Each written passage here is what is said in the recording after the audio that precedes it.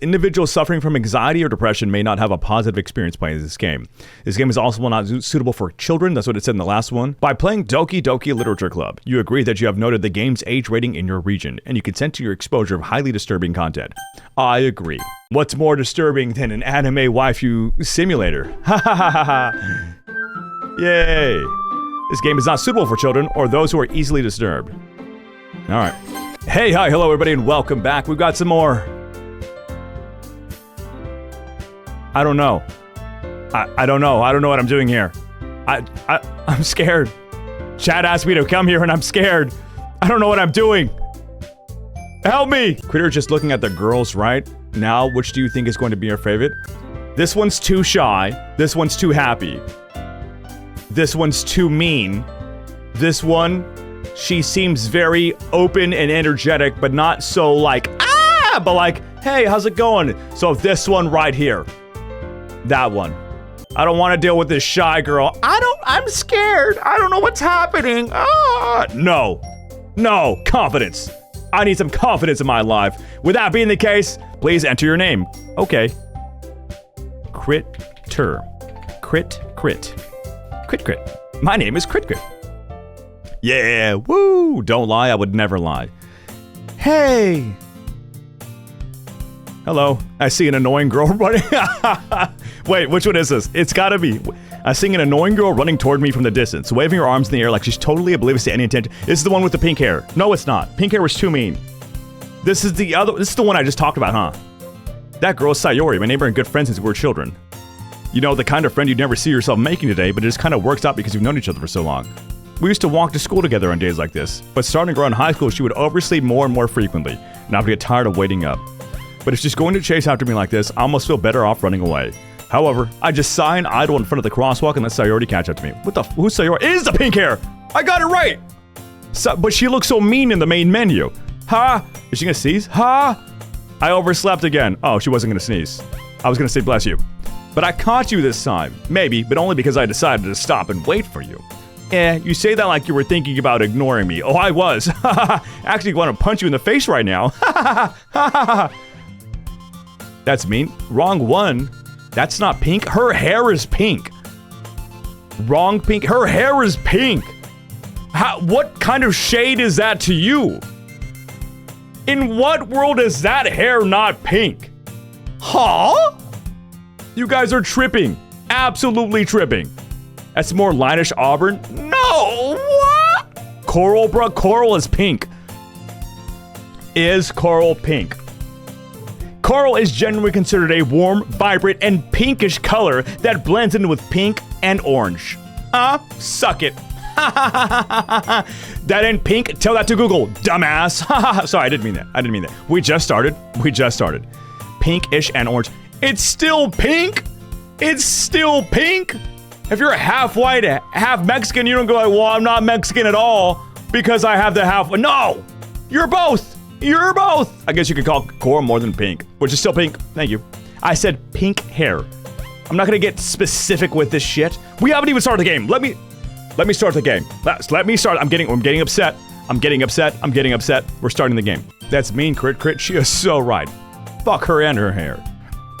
Well, if people stare at you for acting weird, then I don't want them to think we're a couple or something. Fine. But you did wait for me, after all. I guess you don't have it in you to be mean if you even want to. Oh, I do. Trust me, I just cussed at my chat. Called them so many names.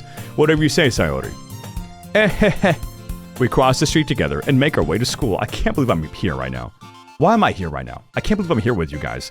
As we draw near, the streets become increasingly speckled with other students making their daily commute. By the way, Crit, don't you say it. Have you decided on a club to join yet? What's the one in JJK? The movie club? Like the I don't even know. A club? I told you already. I'm really not interested in joining any clubs. I haven't been looking either. That's not true. You told me you would join a club this year. Did I? I'm sure it's possible that I did, in one of our many conversations where I dismissively go along with whatever she's going about. Okay, our character's an asshole.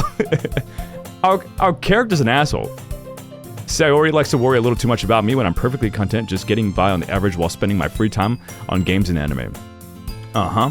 I was talking about how worried that you won't learn how to socialize or have any skills before college. Rude? Okay, she's also rude. You're the Occult Club. Was it the Occult Club? I thought they were the movie one. Or maybe I'm thinking of something else. I don't know. I literally played this game last week, funnily enough. Insane game. Your happiness is really important to me, you know. And I know you're happy now, but I die at the thought of you becoming a NEET in a few years because you're not used to the real world. You trust me, right? Yes, I do. Don't make me keep worrying about you. I will... You know what? Thank you. Alright. I'll look at a few clubs if it makes you happy. No promises, though. Will you at least promise me you'll try a little? Yeah, I guess I'll promise you that. Yay! Why do I let myself get lectured by such a carefree girl? I thought she was going to be like a little pissy. I thought she was going to be very angry. More than that, I'm surprised to even let myself relent to her. I guess seeing her worry so much about me makes me want to ease her mind at least a little bit, even if she does exaggerate everything inside of her head. So our character's an asshole. She is really nice. So I'm off rip from the main menu. I've guessed everything wrong. The school day is as ordinary as ever, and it's over before I know it. And after I pack up my things, I stare blankly at the wall, looking for an ounce of motivation. Clubs. Sayori wants me to check out some clubs. I guess I have no choice but to start with the anime club. W choice! Hello? Sayori? How's she just always know where she's at? She put an Apple AirTag on us. Sayori must have come into the classroom while I was spacing out. I look around and realize that I'm the only one left in the classroom. I thought I'd catch you coming out of the classroom, but I saw you just sitting here and spacing out, so I came in. Honestly, you're even worse than me sometimes. I'm impressed. You don't need to wait up for me if it's going to make you late to your own club. Well, I thought you might need some encouragement, so I thought, you know what? That you could come to my club. Sayori, yeah, there is no way I'm going to your club. Meanie. What are we doing here? Sayori is vice president of the literature club. The Doki Doki Literature Club? Not that I was ever aware that she had any interest in literature. In fact, I'm 99% sure she only did it because she thought it would be fun to help start a new club. Since she was the first one to show interest after the one who proposed the club, she inherited the title Vice President. That said, my interest in literature is guaranteed to be even less. Yeah, I'm going to the anime club. Come on, please. Why do you care so much anyway? Well, I kind of told the club yesterday I would bring in a new member, and Natsuki made cupcakes and everything. Cupcakes? Now we've got my attention. Natsuki made cupcakes and everything. The laughs make me laugh. Don't make promises you can't keep. I can't tell if Sayori is really that much of an airhead or if she's so cunning as to have planned all of this out. I let out a long sigh.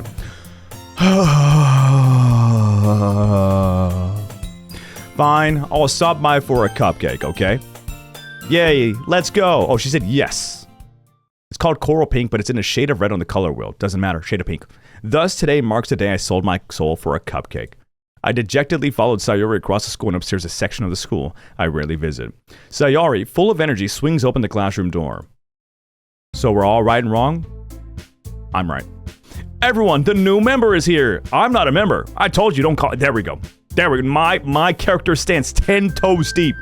I told you, don't call me a new member. I glance around the room. Welcome to the literature club. It's a pleasure meeting you. Sayori always says nice things about you. Okay. Seriously, you brought... So now that's super pink. That is pink as fuck. Seriously, you brought a boy? A boy hater? We just have a boy hater in the literature club? You read a couple books and all of a sudden you're hating on boys. Way to kill the atmosphere. I think I bring great vibes.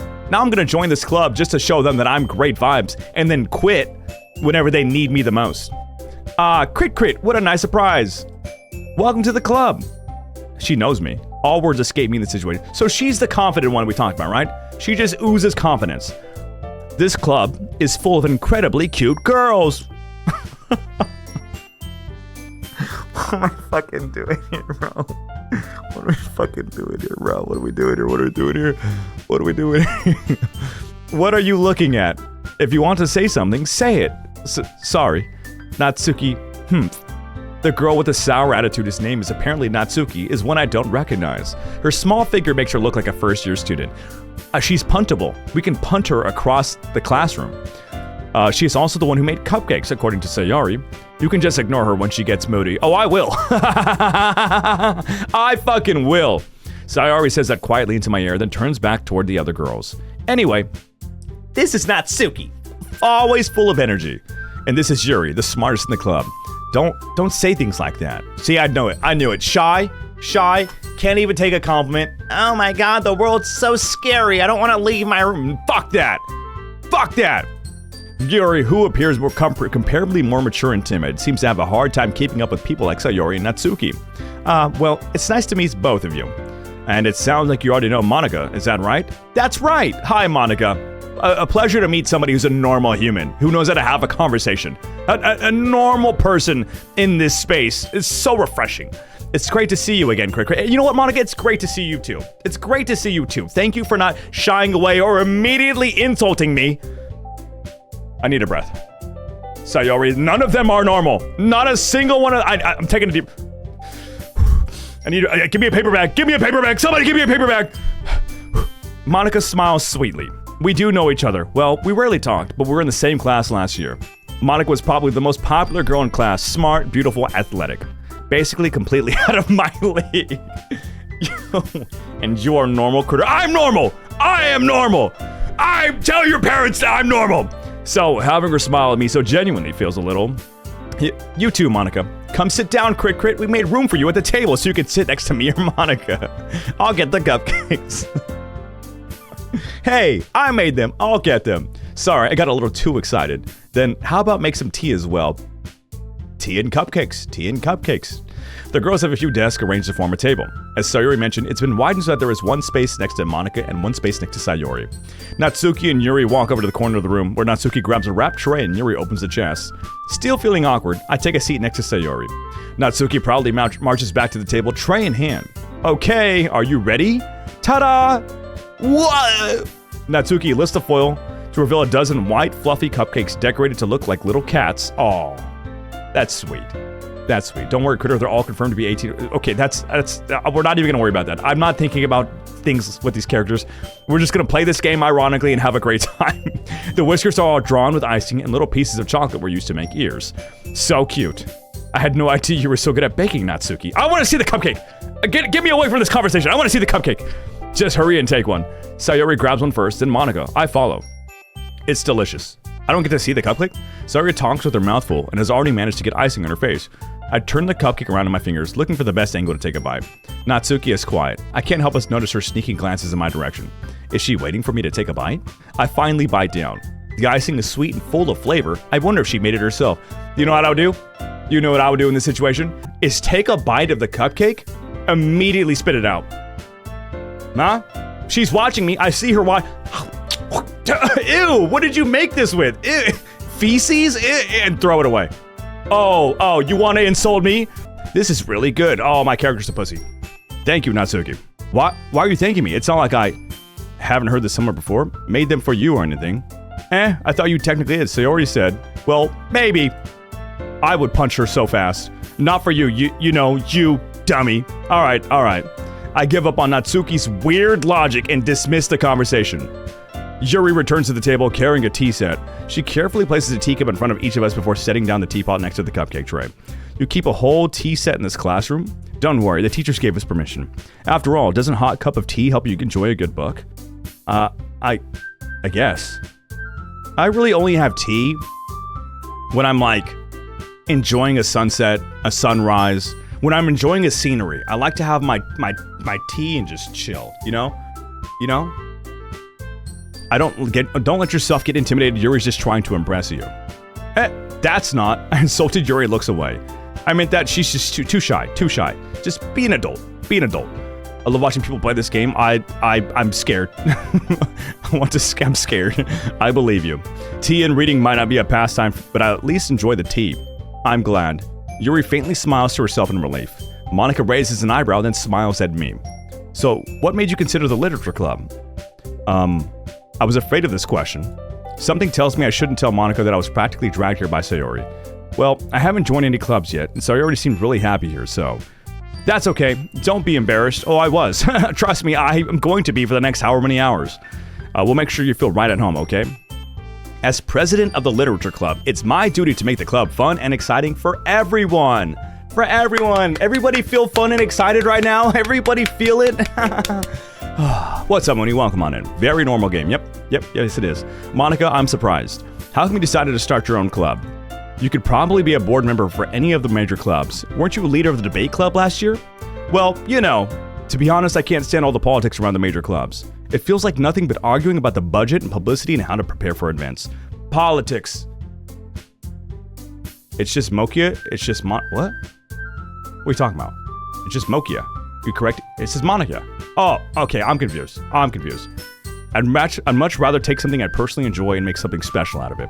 And if it encourages others to get into literature, then I'm fulfilling that dream. W content creator right here. She's creating content through a club. Monika really is a great leader. What would you call her hair color? This is like a brown. It's like a lightish brown, actually. Bro wants eats and reads. Yes, I do. I want some peace of mind, actually, is all I want. Yuri also nods in agreement. Then I'm surprised there aren't many people in this club yet, or more people in the club yet. Oh, we're an asshole. It must be hard to start a new club. You could put it that way. Not many people are very interested in putting out all the effort to start something brand new. Especially when it's something that doesn't grab your attention, like literature. You have to work hard to convince people that you're both fun and worthwhile. But it makes school events like the festival that much more important. I'm confident that we can all really grow this club before we graduate. Right, everyone? Yeah! Yes in the chat! Yeah! We'll do our best! Woo! You know it! Kritur W! That's the pink Kritur W we need. Everyone enthusiastically agrees. Everyone agrees! Right, chat? Right! Everybody agrees! Such different girls all interested in the same goal. Monika must have worked really hard just to find these three. Maybe that's why they're also delighted by the idea of a new member joining. Though I still don't really know if I can keep up with their level of enthusiasm about literature. So, Kritur, what kind of things do you like to read? The back of the cereal box. Sometimes a nutrition fact on candy. Signs when I'm driving somewhere. A map for when I get lost when I go hiking. The Cane's chicken menu. Ooh. My DoorDash order is almost delivered. He can't read? Don't tell the people that I can't read. That's a secret between us! Well, considering how little I've read these past few years, I don't really have a good way of answering that. Manga. Works for me, I'll take it. I mutter quietly to myself, half joking. Natsuki's head suddenly perks up. Oh, somebody likes manga, huh? Now look who's swapping sides. Look how the turns table. It looks like she wants to say something, but she keeps quiet because she's a raggedy ass Oh, sorry. Just met her. She's gonna ease up on us a little. It's fine. Not much of a reader, I guess. Well, that can change. What am I saying? I spoke without thinking after seeing Yuri's sad smile. I like reading that money has been deposited to my account. Hey, right. Amen. Woo! What books? Don't ask questions. Anyways, what about you, Yuri? Well, let's see.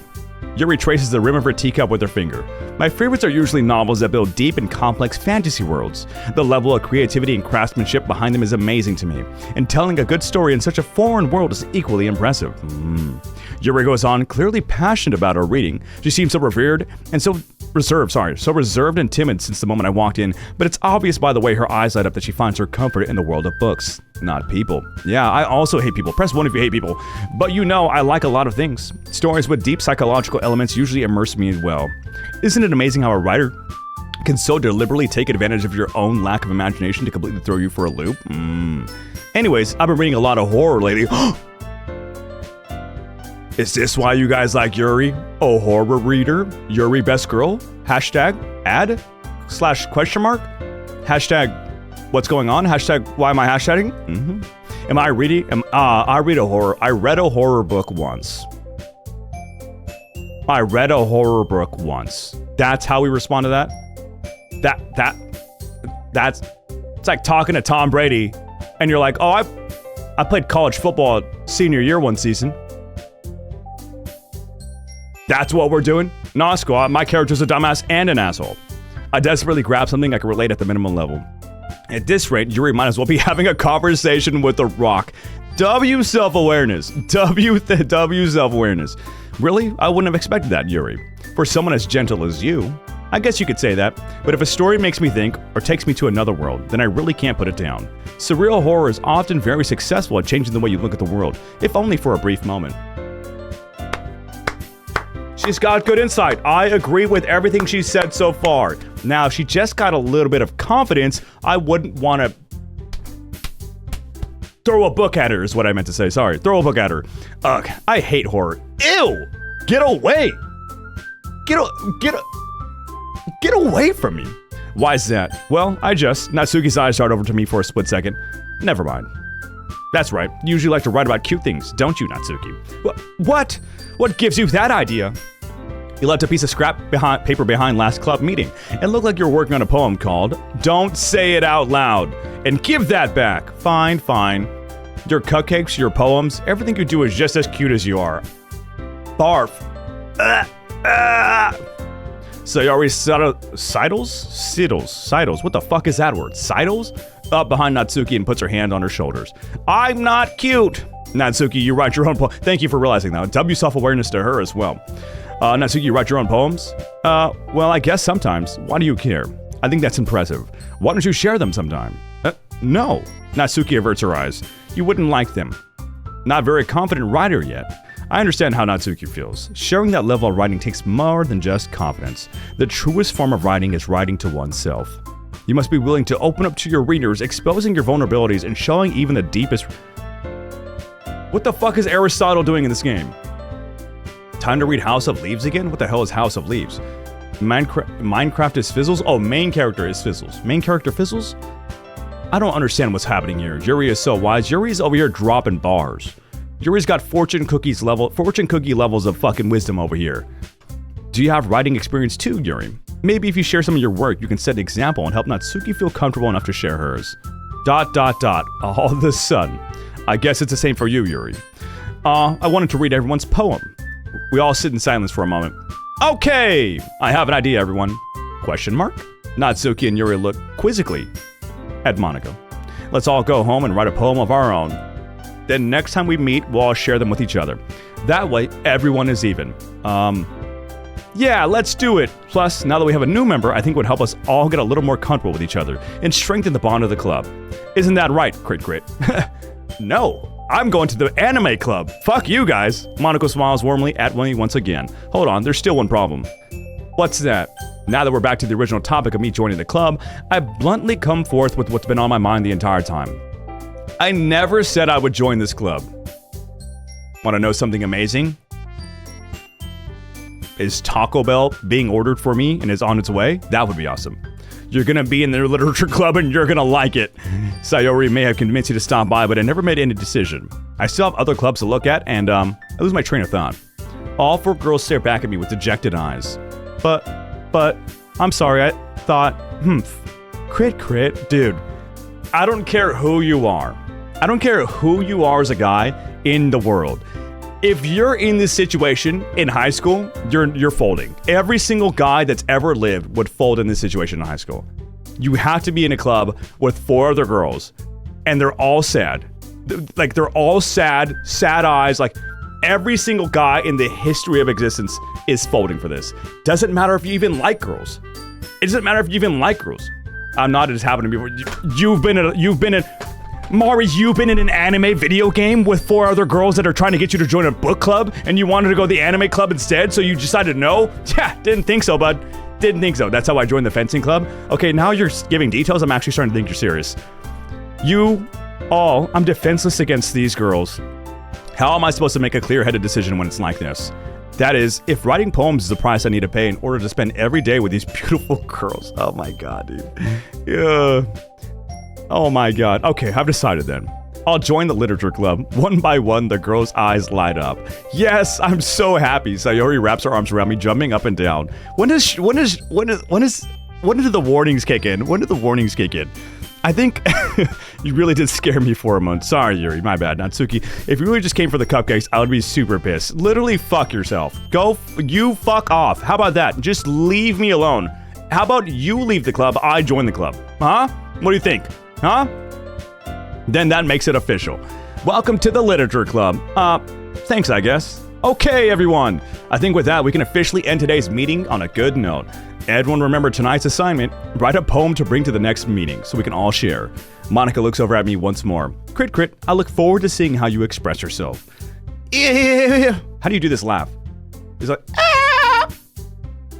Like that? Ah! Like a, or it's like, what are we thinking? Which one do we want? or you know what I'm saying? You hit plat in Overwatch, congratulations. These girls would probably play Overwatch with you. They would love that. Yes, Kritur. I don't think the second one. Monika says.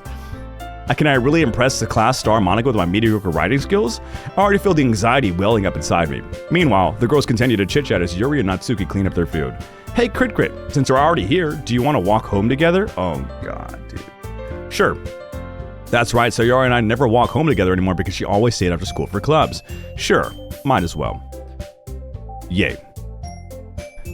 I've seen this game, I wouldn't play any game with them, to be honest. You're just being a hater. They're alright. They're alright. With that, the two of us depart the club room and make our way home. The whole way, my mind wanders back and forth between the four girls. Sayori, Natsuki, Yuri, and of course Monika. I feel like I just did the Akatsuki. The Akatsuki name list off from Naruto. Oh shit. The four nations. Will I really be happy spending every day after school in the literature club? Perhaps I'll have the chance to grow closer to one of these girls. Alright, I just need to make the most of my circumstances. I'm sure good fortune will find me. And I guess that starts with writing a poem tonight. Do we get to write the poem? It's time to write a poem. Pick words you think your favorite club member will like. Something good might happen with whoever likes your poem the most.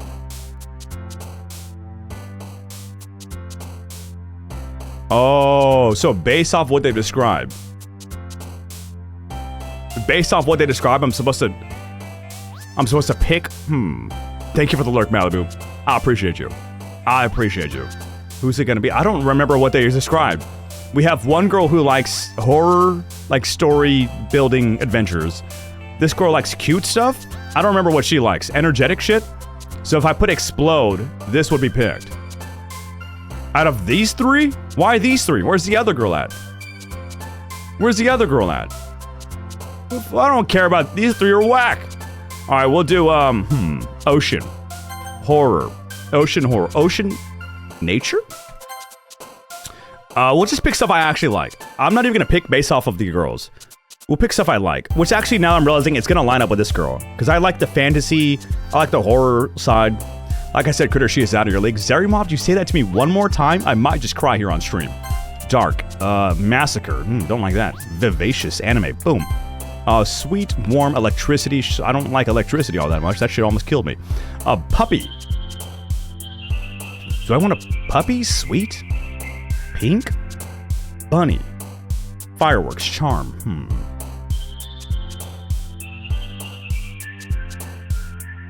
I don't like any of these.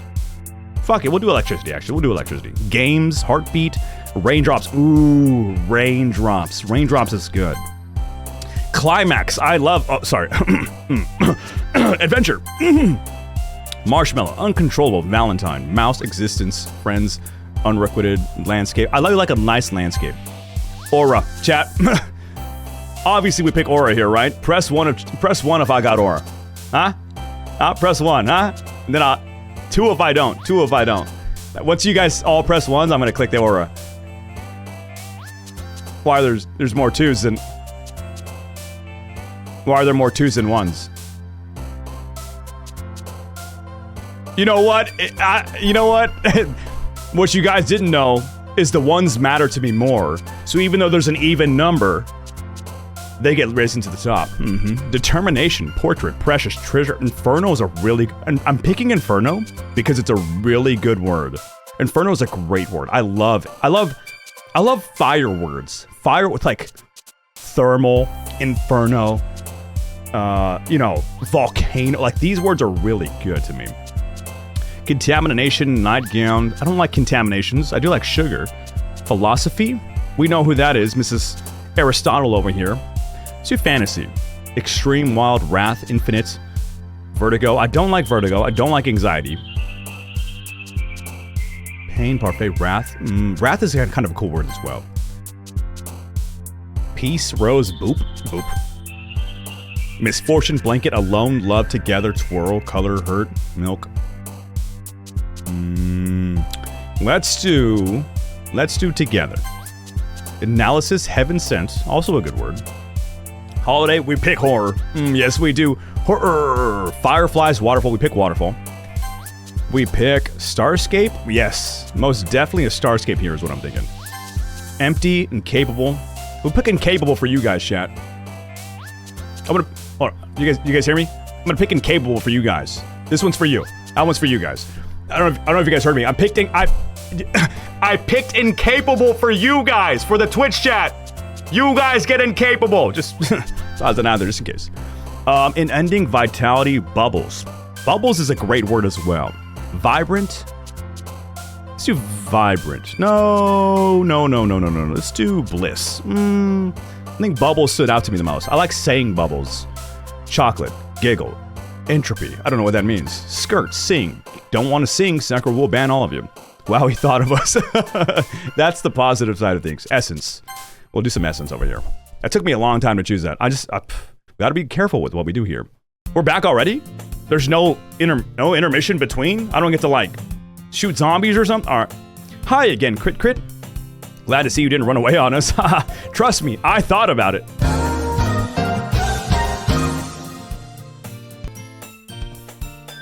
But I guess I'm here to stay.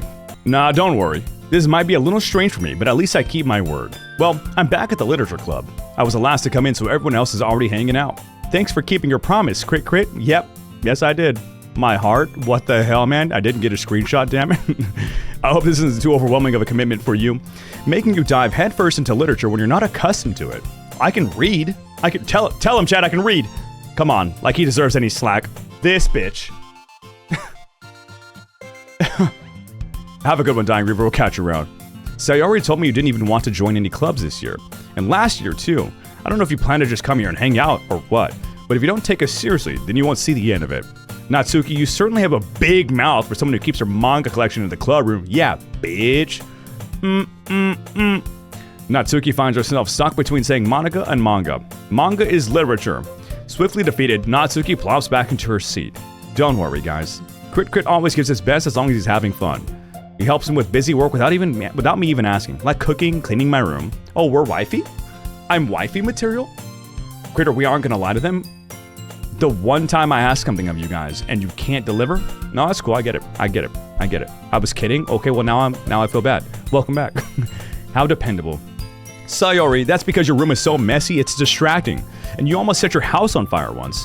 How many of you have almost set your house on fire? And be honest with me.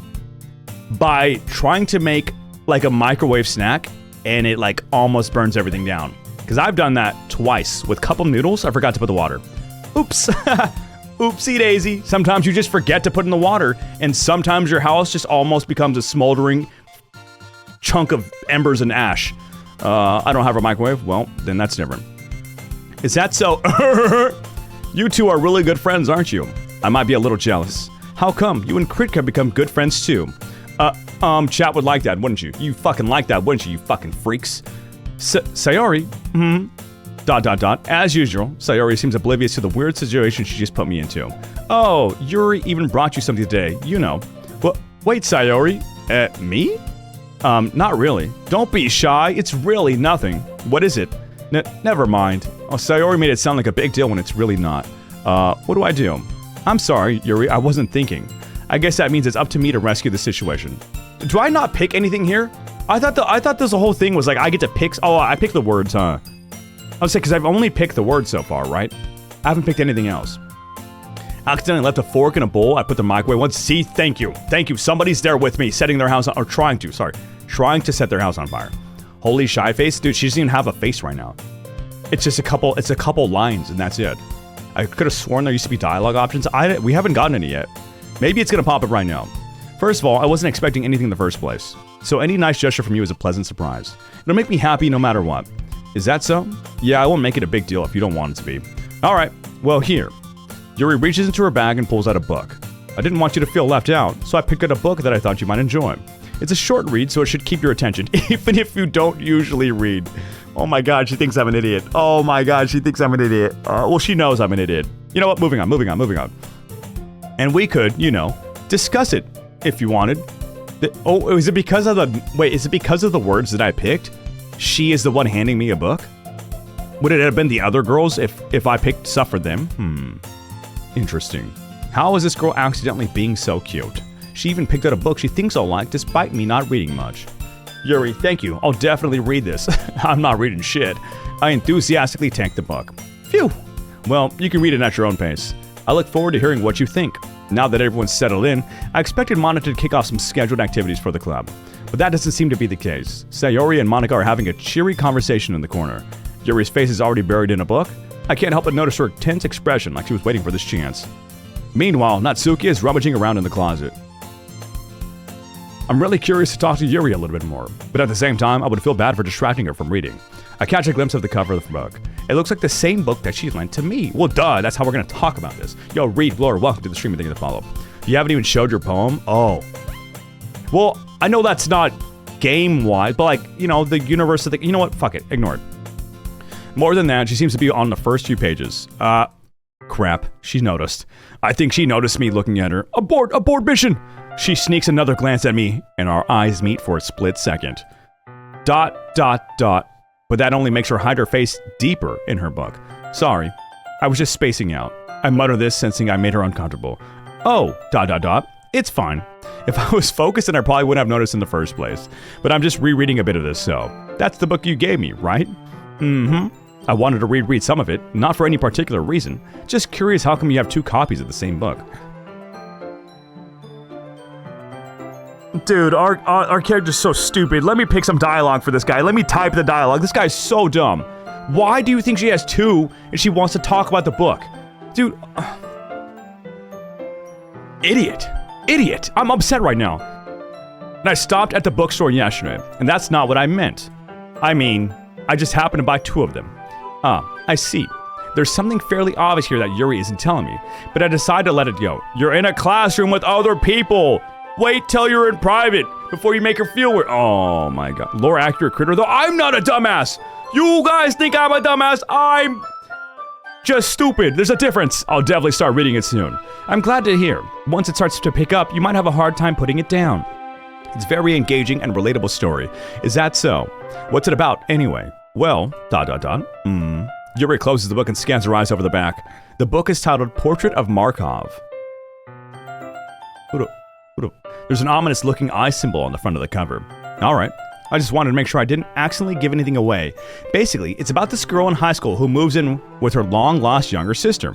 But as soon as she does so, her life gets really strange. She gets targeted by these people who escaped from a human experiment prison. Oh, you're spoiling. We're just spoiling.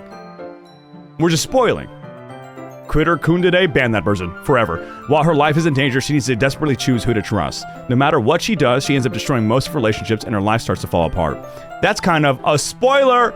Spoiler alert! Yuri's a spoiler we don't like. Wait, her name's Yuri, right?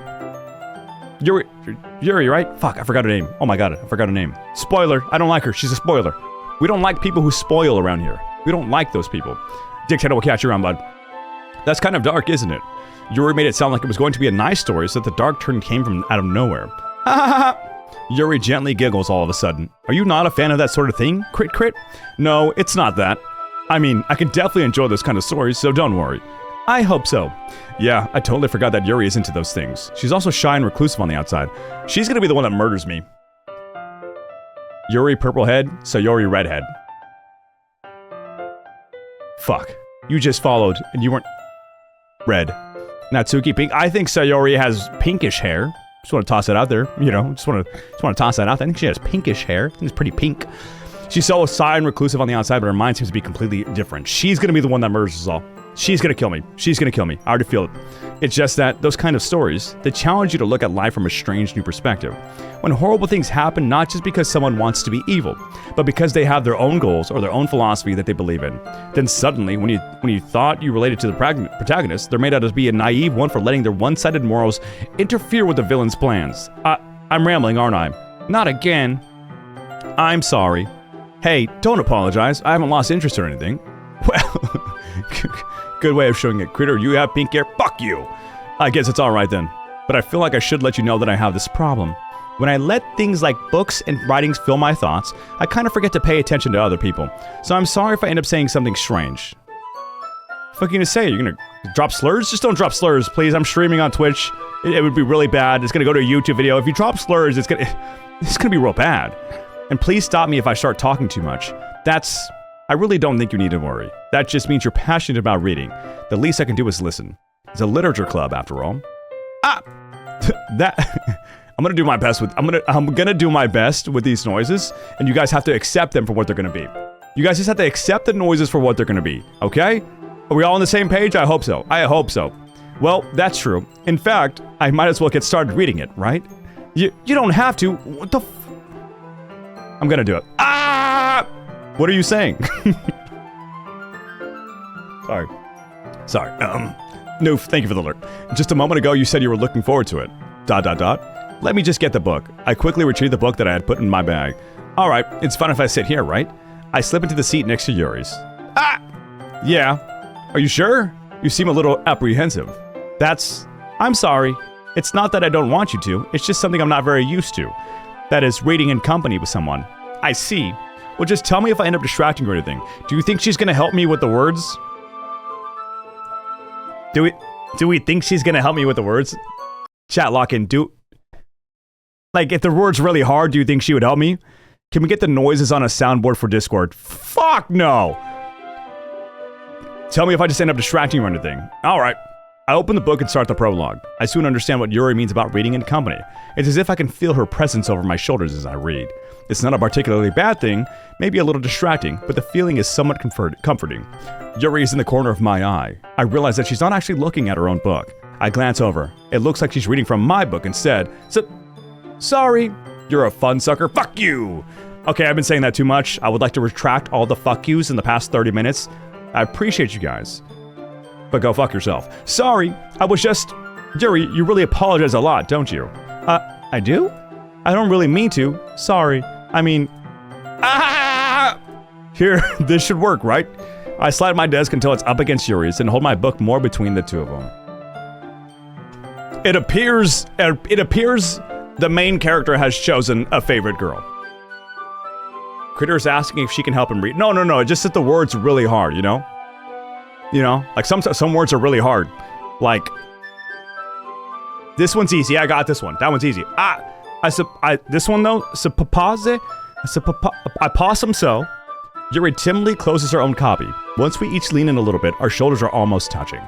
It feels like my left arm is in the way, so instead I use my right hand to hold the book open. I guess that makes it kind of difficult to turn the page. Here. What are we doing here? No, Kritur, you choose this route. You guys said it didn't matter. You said it didn't matter. Okay. What are we doing here? I'm drinking my Red Bull. I'm drinking my Red Bull. And we leave that there. Yep, that was delicious. Lock in. Yuri takes her left arm and holds the left side of the book between her thumb and forefinger. I do the same with my right arm on the right side of the book. That way, I turn a page and Yuri slides it under the thumb after it flips to her side. But in holding it like this, we're huddled even closer together than before. It's actually kind of distracting me.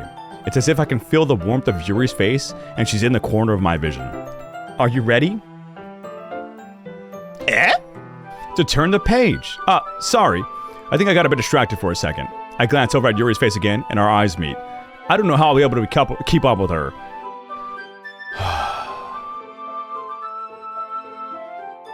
She's gonna kill me. She's gonna kill me. She's gonna be the one that kills me. She's gotta be the one that kills me. What is that emote, Cardro? What the fuck? That's okay. You're not as used to reading, right? Oh! She just called me a slow reader. The nerve! We've known each other for 1 day, and she's over here insulting me. Sorry. We keep getting distracted. And yeah, I'm just gonna play the game. It's probably the least I can do. Since you've been so patient with me. Yeah. Thanks. We continue reading. Yuri no longer asks me if I'm ready to turn the page. Instead, I just assume that she finishes the page before me, so I turned it by my own in violation. We continue the first chapter in silence. Even so, turning each page almost feels like an intimate exchange. This dude's so deprived. This guy's thirsty as fuck. Spray this guy. Spray. Kritur spray. My thumb gently letting go of the page, letting it flutter over to her side as she catches it under her own thumb. Meanwhile, she's in her head saying, this is fun reading a book, and that's it. This guy's over like, the page flutters to her side. I can feel the connection, the breeze between the wind flowing from each page turning. that connects us in this world, this atmosphere that is now our own. After one day of meeting. Poetic, I know. This might be a silly thought, bud. The main character kind of reminds me of you a little bit. You think so? How does she? Well, I guess she's more blunt in a lot of ways, but she also second guesses all the things that she says and does. Like she's afraid she'll do something wrong. It's not like I can see it into your head or anything, but they're kind of reminiscent of some of your mannerisms. I see. Now what? Yuri remains silent for a moment. But, Krit, that's probably a terrible thing to have in common with her. The main character reminds me of you as well? Explain further. Your Twitch live in my chat depends on it. That's so embarrassing that you think that. Well, wait, I didn't mean it in a bad way or anything. Sorry, I really didn't know you were self-conscious about that. So you don't just fucking bring up that somebody's I guess I more meant that it's kind of cute. What are you saying all of a sudden? Okay, everyone. I think it's about time we share today's poems with each other. Jesus. Worse for this guy's awful. This guy's terrible. He needs to go to like a class or something. He needs to look online. He needs to learn from YouTube. YouTube's got everything. We're gonna share our poems. We made this girl feel self-conscious. She's nervous now. Now she thinks she's got more problems than she already did. Chad, I think we can prove high school Kritur was like the main character. No. I wasn't in any clubs in high school. I had a 0.7 GPA, couldn't join any of that shit. I think it's about time we share today's poems with each other. We might not have enough time if we wait too long. Yuri exhales, spared from finishing her thought. Is that alright, Yuri? You look kind of down. I'm sorry if you haven't been looking forward to this. It's not. It's just that Kritur made me feel real fucking bad. Sorry, Krit. It's fine. Yuri releases her hand from the book, causing it to close on top of my thumb. Alright, I guess I'll do some more reading tonight. Or would you prefer I only read it with you? I guess I don't have too much of a preference either way. In that case, I'll read a little more tonight. It'll be more fun to read with you after it picks up a bit, you know? That's good reasoning. In that case, feel free to finish the first 2 chapters on your own time. Alright, we have homework now. We just met a girl and she just gave us homework. Immediately stop talking to her. I make a mental note of where I left off in the book and slip it back into my bag. By the way, did you remember to write a poem last night? Yes, I did. I never forget. Right, chat? My memory's great. My relaxation ends. I can't believe I agreed to do something so embarrassing. I couldn't really find much inspiration since I've never really done this before. Well, now that everyone's so for the record, we know this guy's not like me because I do write. I write the good morning messages and I write poetry often. So, why is the character called Krit? Because what? What kind of dumb question is that, Baz? You know exactly why. Now that everyone's ready, why don't you find someone to share with? I can't wait! Sayori and Monika enthusiastically pull out their poems. Sayori is on a wrinkled sheet of loose leaves torn from a spiral notebook. On the other hand, Monika wrote hers in a composition notebook. I can already see Monika's pristine handwriting from where I sit. I've also got great handwriting, just saying. Natsuki and Yuri reluctantly comply as well, reaching into their bags. I do the same myself. Somebody get a shot right now? Who should I show my poem to first? Obviously we show it to Yuri. Yuri seems the most experienced, so I should start with her. I could trust her opinion to be fair. I just arrived, so I don't understand any of the lore. Neither do I. I don't know why I'm here. As Yuri reads the poem, I notice her eyes enlighten. Exceptional. What was that? Question mark? Did I say that out loud? Yuri first covers her mouth, but then ends up covering her whole face. Ooh. He's going to hate me. You really didn't do anything wrong, Yuri. I guess you're right. What am I getting so nervous for? I think that's how this is right? Right? And then the other one's I think, yeah, we'll run with that.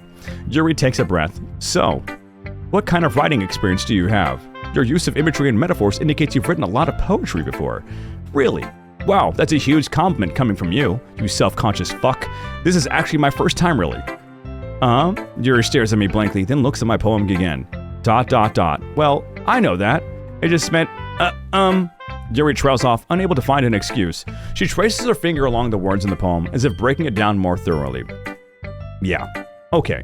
This is the reason I was able to tell. It's just that there are specific writing habits that are usually typical of new writers. And having been through that myself, I kind of learned to pick up on them. I think the most noticeable thing I recognize as new writers is that they try to make their style very deliberate. In other words, they tend to pick up a writing style separate from the topic matter and they form-fit the two together. The end result is that both the style and the expressiveness are weakened. Once Yuri finds her train of thought, it's as if her demeanor totally changes. I just don't like being lectured, you know. I just wanted to write a poem. Her stammering is completely gone, and she sounds like an expert. Of course, that's not something you can be blamed for. There are so many different skills and techniques that go into writing even a simple poem. Not just finding them and building them, but getting to them to work together is probably the most challenging part. It might take you some time, but it all comes with practice. I'm learning by example and trying new things. I also hope that, holy yap, by the way, holy yap. She is completely different. I also hope that everyone else in the club gives you valuable feedback.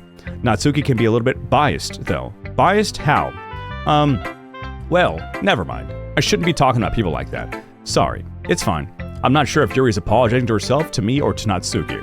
Do you mind if I read your poem now? Please do. I'd love to share my thought process behind it. Yuri smiles dreamily as if there's a rare opportunity for her, which itself is kind of funny. After all, isn't this supposed to be a literature club? Ghost under the light. The tendrils of my hair illuminate beneath the amber glow. Bathing. It must be this one. The last remaining streetlight to have withstood the test of time. The last yet to be replaced by the sickening blue-green hue of the future. I bathe, calm, breathing air. Sorry. Breathing air out of the present, but living in the past. The light flickers. I flicker back. The fuck did she just say to me? Okay, hold on. Lock in. Ghost under the light. The tendrils of my hair illuminate beneath the amber glow. Bathing. It must be this one. The last remaining streetlight to have withstood the test of time. The last yet to be replaced by the sickening blue-green hue of the future. I bathe, calm, breathing air of the present but living in the past. The light flickers. I flicker back.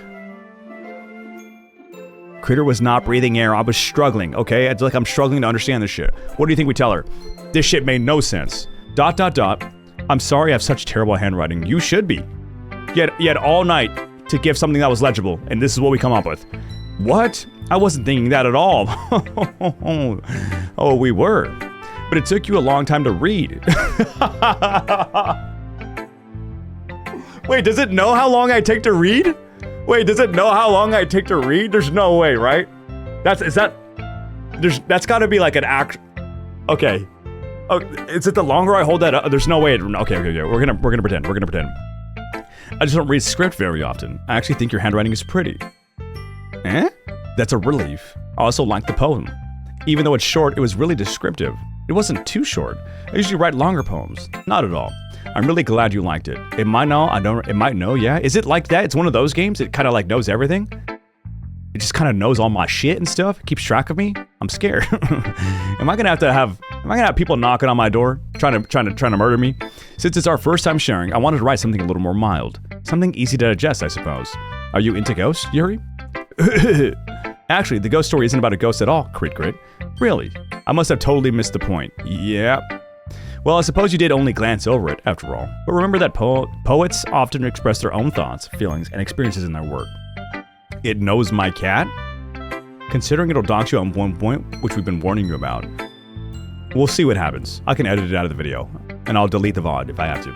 In this case, perhaps the subject of the poem is only being symbolically compared to a ghost, lingering in her last remaining place of comfort, unable to let go of the past, and soon to be left with nothing. That's a lot more solemn, putting it that way.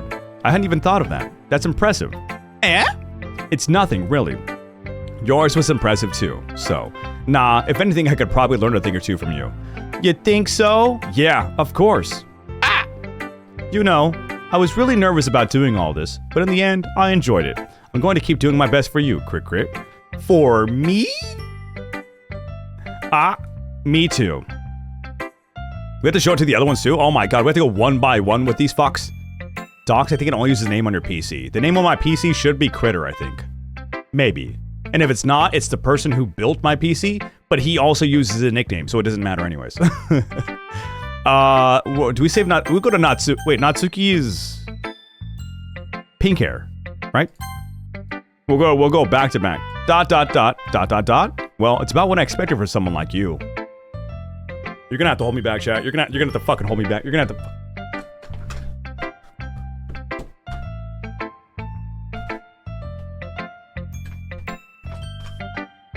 You're gonna have to hold me back. Oh my. Oh, why I oughta. Oh, why I oughta. A fucking knuckle sandwich, huh? What? Say it. That's a little blunt. Well, excuse me. It's not like I said it was bad. It just didn't evoke any emotions. She pissed me off. She pissed me off right now.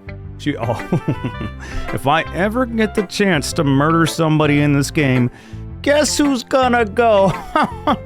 Guess who's gonna go first? I got a list, it's got one name on it right now. So basically, it's not cute enough for your taste.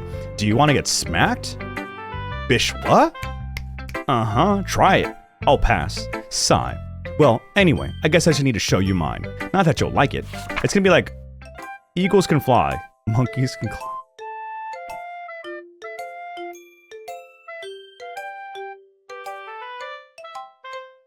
Eagles can fly, monkeys can climb, crickets can leap, horses can race, owls can seek, cheetahs can run, eagles can fly, people can try, but that's about it. Red fish, blue fish. Huh? Huh? Cat in the hat. There's a red, big box. There's a big, white fox. That's what we're doing? That's what we're... Okay, I thought this was a literature club. I didn't realize we were fucking doing this kindergarten shit. Yeah, ... It fucking sucks. I told you that you weren't gonna like it. Yeah! Don't... Oh my God, I'm so sick of this dialogue. I would like to choose. Let me choose. Nursery rhyme type poem. A 5-year-old wrote that. Cat in the hat ass motherfucker. That's all I'm saying. Red fish, blue fish, one fish, two fish. Yes. How about a little 1-2 buck on my shoe? Fucking knock this kid out. I like it. What? Just be honest. I am. We're lying. We're lying right on our teeth. Why are you so convinced that I wouldn't like it? Well, because everyone in high school thinks that writing has to be all sophisticated and stuff. So people don't even take my writing seriously. But isn't the point of poems for people to express themselves? Your writing style shouldn't make your message any less valid. Yes, exactly. I like when it's easy to read, but it hits you hard. Yeah. Red fish, blue fish blew me out of the water. Oh my, fuck. The philosophy behind those two lines. Oh. Can I get a bada bing, bada boom? Bada bing, bada boom. Like in this poem, seeing everyone around you do great things can be really disheartening. So I decided to write about it. Yeah, I understand. But the other nice thing about simple writing is that it puts more weight on the wordplay. Like I set up for a rhyme at the end, but then made it fall flat on purpose. Sure, why not? Yeah, when I that's how I talk about my underachievements as well. It helps bring out the feeling in the last line. I like how there's a literal bada bing, bada boom emote, and you guys fucking typed it out. I appreciate that though. That's even more effort. I like you guys. My life was never the same when red fish, blue fish dropped. I guess more went into it than I realized. That's what it means to be a pro. Fucking kill me now. I'm glad you learned something. Didn't expect that from the youngest one here, did you? Yeah, guess not. I decided to humor her with that last comment. I don't really care how old everyone is, but if Natsuki's feeling proud, then I won't take that away from her. I made it bad on purpose. Yeah, I made it bad on purpose. Ironically, it was kind of like writing a poem. You know what that reminded me of? Is like the what is it called? I can't even use the words. You know what? I'm gonna shut up. Modern art. Where like a guy just gets a bucket and like dumps it on the ground, and then he just stands there for 20 hours, and it's art. We should replay and switch off reading the dialogue. What do you mean? We should play and replay? Oh my gosh, Jamie. You could come read it, whatever. Welcome back, Lucas. Who should I show my poem to next? I think we saved Monika for last. Tapes a banana to the wall. Now you're talking, Brand. Now, great minds think alike. This is a good poem, Crit. Thank you, Sayori. Although you would just say that to anybody because you're a liar. Are you sure it's your first time? Of course. It's not that good. Am I the kind of guy who would be writing poems in his spare time? Oh, sorry. I guess you're right, but that's why it impressed me. Well, to be honest, I was afraid that you wouldn't do it seriously, or that you wouldn't write one at all. I'm really happy that you just wrote one. It just reminds me of how really you're a part of the club now. Not to mention the fact that I'm standing in front of you in the club room, you dumb bitch. Well, of course. That's Monika's laugh. Do I have different laughs for them? So then for Sayori, I go, I'm not really into it yet, but that doesn't mean I'll break in my promise. See, ? It's like I said before, Crit. Deep down, you're not selfish at all, you know. Trying new things like this for other people, that's something that only really good people do. You hear that, chat? Really good people. Me? I guess. I get nah. You should have. It's okay. It's okay.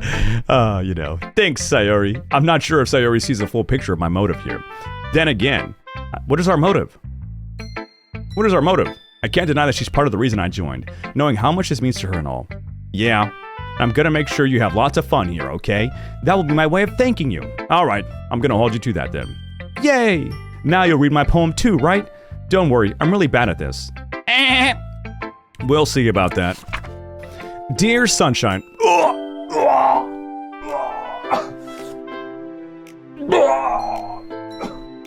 Oh my god, I'm gonna need a drink to read this one. Holy shit.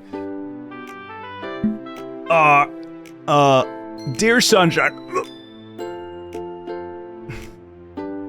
The way you glow through my blinds in the... Oh, no, I'm just kidding. I'm not drinking this. Based on his awful monologues, I think the motive might be huzz. Oh, right. Yeah, the huzz. I forgot about that. Dear Sunshine, the way you glow through my blinds in the morning, it makes me feel like you miss me, kissing my forehead to help me out of bed, making me rub the sleepy from my eyes. Are you asking me to come out and play? Are you trusting me to wish away a rainy day? I look above. The sky is blue. It's a secret, but I trust you too. If it wasn't for you, I could sleep forever. But I'm not mad. I want breakfast. Hell yeah. Fucking, print that one out. Put it on your fridge, Sayori. You deserve that. This is just a guess, bud. Did you wait until this morning to write this? No! Just a little bit. You can't answer just a little bit to a yes or no question. I forgot to do it last night. Well, at least that makes me feel a bit better about myself. Don't be mean. The writing is fire. Kendrick's been real quiet ever since Sayori dropped Hello Sunshine. Heavy on I Want Breakfast? Yeah. Any time of day that works, so. I still tried my best. Yeah. I didn't mean to say that it was a bad poem. It came out nice, or how should I put it? It sounds just like you. Really? Yeah! Especially the last line. I made eggs and toast. Gotta toss some sausage or bacon on that. Gotta toss some sausage or bacon on it. It's 1:30 a.m. and I want to eat right now. Breakfast is good at all times of day. So, yeah, she could have written that at 12 a.m. That's for sure. Even though you were late to school. It's bad to skip breakfast. I get all cranky. Well, I guess there's no point in arguing. Anyways, thanks for showing me. This was so much fun. Monika's the best. Yeah, but next time I won't forget. And I'm gonna write the best poem ever. Well, I guess I look forward to it. All right. To Monika. It just sounds just like you. You're actually stupid. Yeah, this poem sucked just like you. Hell yeah. You're actually the worst. Hi, Crit. Having a good time so far? Absolutely fucking not. Yeah. Good. Glad to hear it. By the way, since you're new and everything, if you ever have any suggestions for the club, like new activities or things we can do better. Oh, so for our book club, what if we tossed away the books and then we brought gaming PCs into the area and we played video games instead? Think about it. Would be a fire book club. I'm always listening. Don't be afraid to bring things up, okay? All right, I'll keep that in mind. Of course, I'll be afraid to bring things up. I'm much better off just going with the flow until I'm more settled in. Anyway, want to share your poem with me? Absolutely. It's kind of embarrassing, but I guess I have to. It's a lot of A's and H's. I gotta prepare myself with this. Don't worry, Crit. We're all a little embarrassed today, But it's that sort of barrier that we'll all learn to get past soon. Yeah, that's true. I hand Monika my poem. Mm-hmm. Great job, Crit. That's the right laugh. It's the E-H-E-H. It goes, but that one goes, ah! It's, you're the wrong dialogue, Black Bear. Lock in, Black Bear. Look, windows of my soul. Lock the fuck in. Patrick is E-H-E-H-E-H. A-H-A-H-A-H is SpongeBob. I'm locked in. I know this. The vibes of this game are similar to a guy pretending to be gay to get girls. And he's gonna get one. Oh, he's gonna get one. Or he'll die trying. Great job, Crit. I was going, oh, in my head while reading it. It's really metaphorical. I'm not sure why, but I didn't expect you to go for something so deep. I guess I underestimated you. Yes, you did. Chat said you're out of my main character's league, and I'm here to prove that wrong. Woo! It's easiest for me to keep everyone's expectations low. That way, it always counts when I put in some effort. Ah! God! Ah! That's not very fair. Well, I guess it worked anyways. You know that Yuri likes this kind of writing, right? Writing that's full of imagery and symbolism. Unlike Sayori, who likes using simple and direct words to describe happiness and sadness, Yuri likes it when readers are left to derive their own meaning out of it. It's very challenging to write like that effectively, both allowing people to get something out of it just by feel, or letting them deeply analyze all of the nuances. It can take years of practice, which I'm assuming Yuri has at this point. I never really asked though. I'm sure I'm nowhere near her level yet. Don't worry so much about that. You do your own thing. Just keep exploring and learn by trying new things. Try new things. I'm sure I'll end up trying different things a lot. It could take a while before I feel comfortable doing this. That's okay. I'd love to see you try new things. That's the best way to find the kind of style that suits you. Everyone else might be a little bit biased toward their own kind of styles, but I'll always help you find what suits you the most. So don't force yourself to write that way, the way everyone else wants you to write. It's not like you have to worry about impressing them or anything. Not worry about impressing them. She don't know who she's talking to. Oh! Anyway, do you want to read my poem now? It was a back-to-back don't worry, I'm not very good. You sound pretty confident for someone who claims to be not very good. Well, that's because I have to sound confident. That doesn't mean I always feel that way, you know? I see. Well, let's read it then. Hole in wall. Excuse me? We're fucking getting rated R over here? Her meaning was breakfast, and that's a good meaning. It's a great meaning. Sorry. Hole in wall. What the fuck? It couldn't have been me. See the direction the spackle protrudes? A noisy neighbor, an angry boyfriend? I'll never know. I wasn't home. I peer inside for a clue. No, I can't see. Real. Blind like a film left out in the sun. But it's too late. My retinas already scorched with a permanent copy of the meaningless image. It's just a little hole. It wasn't too bright. It was too deep.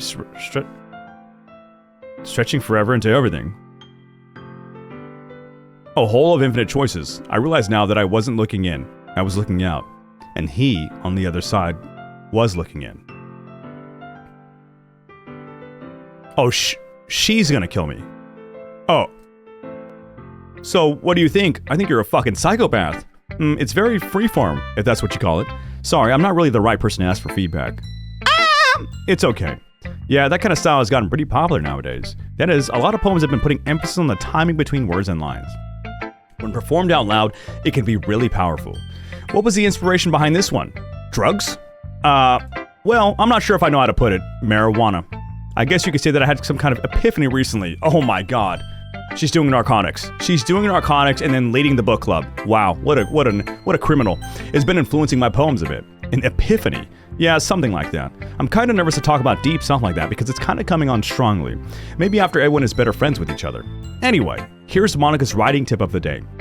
Sometimes when you're writing a poem or a story, write this down, your brain gets too fixated on a specific point. If you try so hard to make it perfect, then you'll never make any progress. Just force yourself to get something down on paper and then tidy it up later. You guys writing that down? We will have a quiz later. Another way to think about it is this. If you keep your pen in the same spot for too long, you'll just get a big dark puddle of ink. So just move your hand and go with the flow. That's my advice for today. That's actually good advice. Pissing me off. No, you write. You just write. Put shit down, change shit later. Break the dam. Break the dam that's keeping your creative juices from flowing. Phew, I guess that's everyone. I glance around the room. That was a little more stressful than I anticipated. It's as if everyone is judging me for my mediocre writing abilities. Even if they're just being nice, there's no way my poems can stand up to theirs. This is a literature club after all. I sigh. I guess that's what I ended up getting myself into. Across the room, Sayori and Monika are happily chatting. My eyes land on Yuri and Natsuki. They gingerly exchange sheets of paper, sharing their respective poems. As they read in tandem, I watch each of their expressions change. Natsuki's eyebrows furrow in frustration. Meanwhile, Yuri smiles sadly. What's with this language? Did you say something? Oh, it's nothing. Natsuki dismissively returns the poem to the desk with one hand. I guess you could say it's fancy. I cannot wait to punch her in the face. Thanks. Yours is cute. Cute? Did you completely miss the symbolism or something? It's clearly about the feeling of giving up. How can that be cute? I know that. It just meant the language, I guess. I was trying to say something nice. Oh, dude. Illiterate boy joins literature club. The game. Illiterate man tries playing as a literate boy who joins literature club. It's a double whammy. Inception. Literacyception. You mean you have to try that hard to come up with something nice to say? Thanks, but it really didn't come out nice at all. Well, I do have a couple suggestions. If I was looking for suggestions, I would have asked someone who actually liked it. My girl Natsuki getting all the hate? Cheese. There's no way you Natsuki's your girl. There's cheese. You got say it ain't so. Say it ain't so.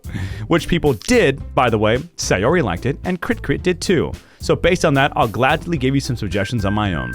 First of all, excuse me, I appreciate the offer, but it's been a long time establishing my writing style. I don't expect it to change anytime soon, unless of course I come across something particularly inspiring, which I haven't yet. Natsuki is goated, I'll take the hate. Stand for your champion. And Kritur liked my poem too, you know. He even told me he was impressed by it. Natsuki suddenly stands up. Oh, I didn't realize you were so invested in trying to impress our new member, Yuri. That's not what you're just... Yuri stands up as well. Maybe you're just jealous that oh my god, it's begun.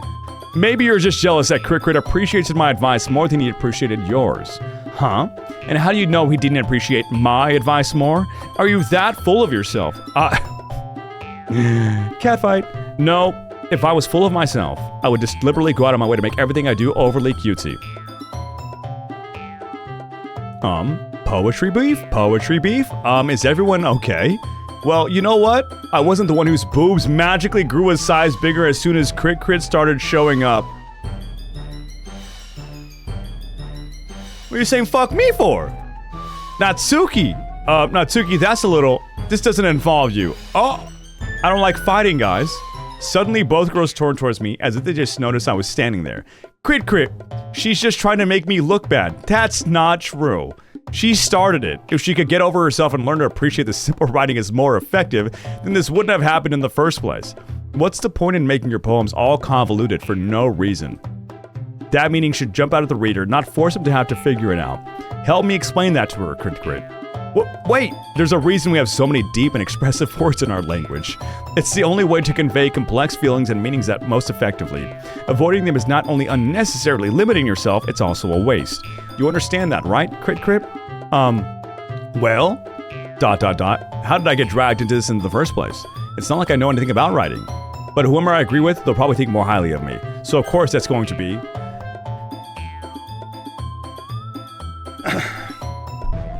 You know what they say, chat. Do you guys know what they say? And if you guys don't know what they say, I'm gonna tell you what they say. All my homies hate Natsuki. Since day one, I've never been a fan of her. Yuri it is!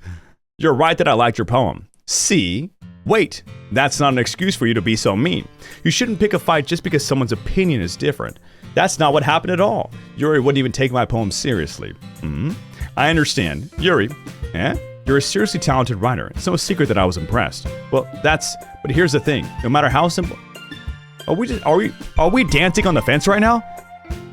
Are we doing the fucking robot on the fence right now? I click Yuri, and now we're gonna be both... We're gonna be both of their best friends? What kind of bullshit is that? I don't want to be nice to Natsuki. Fuck that. No matter how simple or refined someone's writing style is, they're still putting feelings into it, and it becomes something really personal. That's why Natsuki felt threatened when you said her poem was cute. I see. I didn't notice that. I'm sorry. But Natsuki, you took it way too far. Oh, there we go. Thank you. Let her have it. Yuri means well, and if you just told her how you felt, then this wouldn't have happened in the first place. Are you kidding? That's exactly what I did. It was her that... Natsuki, I think that's enough. Boss bitch right there. You both said some things that you didn't mean. Yuri apologized. Don't you think you should too? Natsuki clenches her fist. In the end, nobody has taken her side. She's trapped at this point, being defiant only because she can't handle the pressure. I end up even feeling bad for her. Sometimes when I'm hurt, it helps to take a walk and clear my head. Sayori, she doesn't need to. You know what? I'm going to do that. It'll spare me from having to look at all your faces right now. Without warning, Natsuki snatches her own poem up from the desk and storms out. On her way out, she crumbles up the poem with her hands and throws it in the trash. Natsuki. She really didn't need to do that. I look across the room. Yuri has her turn buried in her hands while she stares down at the desk. I gingerly approach her and sit in an adjacent chair. Sigh. Everything all right? I'm so embarrassed. I can't believe I acted like that. You probably hate me now. No, Yuri. How could anyone not have gotten frustrated after being treated like that? You handled it as well as anyone could. I don't think any less of you. Well... Alright, I believe you. Thanks, Kritur. You're too kind. You hear that? Too kind, chat. I'm thankful to have you as part of this club now. It's nothing. One more thing. That one thing that Natsuki said about, I would never do anything so shameful. About what? Oh, her boobs? What did Natsuki say?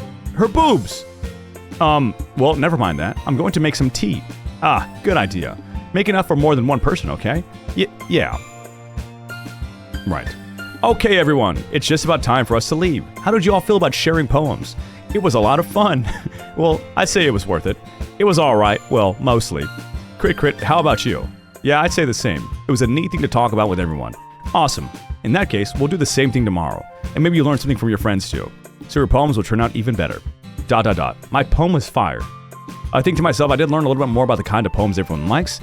With any luck, that means I can at least do a better job impressing those I want to impress. I nod to myself with newfound determination. Crit, ready to walk home? Sure, let's go. Sayori beams at me. It truly has been a while since Sayori and I have spent this much time together. I can't really say I'm not enjoying it either. What is happening? Why did that sound so condescending? Make more than for one person? Okay. I think he was just saying he wanted to join in with her, But I don't know. I think the default mentality right now is they're all just assholes to each other. About what happened earlier. What do you mean? Between Yuri and Natsuki. Does that kind of thing happen often? No. That's really the first time I've seen them fight like that. I promise they're both wonderful people. You don't hate them, do you? No, I don't hate them. I just wanted your opinion, that's all. I can see why they'd make good friends with you. Phew. Crit, it's nice that I get to spend time with you in the club. But I think seeing you get along with everyone is what makes me the happiest. I think everyone really likes you too. That's... Every day is going to be so much fun. Sigh. It looks like Sayori still hasn't gotten into the kind of situation I'm in. Sure, being friends with everyone is nice, but does it really need to stop there? We'll just have to see what the future holds. Sayori. I pat Sayori on the shoulder. I said that more to myself than to her, but it's easy to use Sayori as an internal monologue sometimes. Okay, yeah, let's do this. We're just writing our poems now again? Poor Sayori trying to be nice to everyone and Kritur still calls her an asshole. You might have got me there. How are all of these girls into this absolute wet wipe of man? I think it's just the two. I think because we like manga, the little pink one, what's her name? Matsuki? I forgot her name. And then Yuri both like us for different reasons. They're just, going out. I don't think Sayori likes us. I don't think Sayori seems like, unless she's got a hidden crush on us. And then Monika seems like just ringleader of Mean Girls. Crimson, great word. Crimson's a great word. Tragedy, sensation, suicide. Suicide's not a great word. Oh, aura. We could run it back with aura. Ooh, horror. Let's do a crimson horror. Vibrant, charm, sunset. I love a good sunset. Sayori is your BFF. Yeah, that's what I'm saying. She seems like she's just Sayori is our childhood friend. 420, plays it. She seems like she just likes being around us. But she could have a secret crush. You never know. Fireworks, bed, kiss, tenacious. Great word. Extraordinary. Rain cloud. I like me a good rain cloud. Uncontrollable, like my Twitch chat. Let's go ahead and click that one for you. Sparkle. Uncanny, misfortune, misery. Skirt, disown. Let's do sparkle. Depression. Love that word. Great word. Unrestrained cage games. Fuck it. No judgment. Judgment's also a great word. I judge all of you daily. Universe. I like the universe. Eternity. Oh, Starscape? We did that last time, though. Eternity is also a really good word. Let's do Starscape, though. I like a good Starscape. Effulgent. Ooh. Now we're getting complicated over here. Marriage, awesome, sadness, holiday, candy, lazy. Climax. Explode. Climax and explode and lust and sticky. Oh my god. What are they doing? There's no way climax... Are these RNG? Climax, lust, explode, sticky all next to each other? We're picking sticky. Sticky it is. Infinite, disoriented memories. Destiny. Infallible, meager, bubbles, inferno again. We'll go with whirlwind. Shopping, captive, lipstick, defeat, covet, journey. Agonizing. Waterfall. Vitality. Heaven sent, extreme, frightening treasure. Treasure in honor of our first Minecraft treasure the other day. Doki Doki! Sticky situation, indeed. It was a very lustful, explosive, climactic sticky situation of something. I don't know. Another day passes and it's time for the club meeting already. Is it? Am I just hang out at this club? I'm just hanging out at this club. Okay, you know what? Sure, why not? Why not? I would just keep hanging out in the club, I guess. I thought the game would be different, I guess. You know? But, okay. I've gotten a little more comfortable here over the past couple days. Entering the club room, the usual scene greets me. Hi, Crit. Yo, Sayori. Looks like you're in a good mood today. I'm just still not used to being in the club, that's all. I see.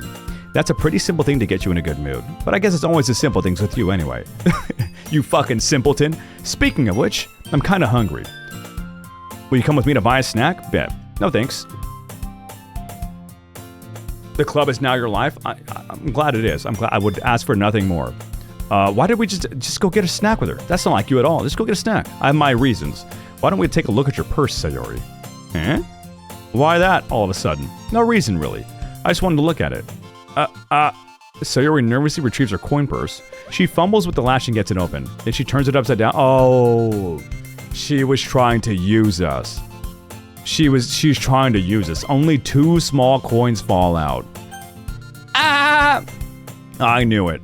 I can see right through you, Sayori. That's not fair. How did you even know? It's simple. If you had enough money in the first place, you would have bought a snack before coming into the club room.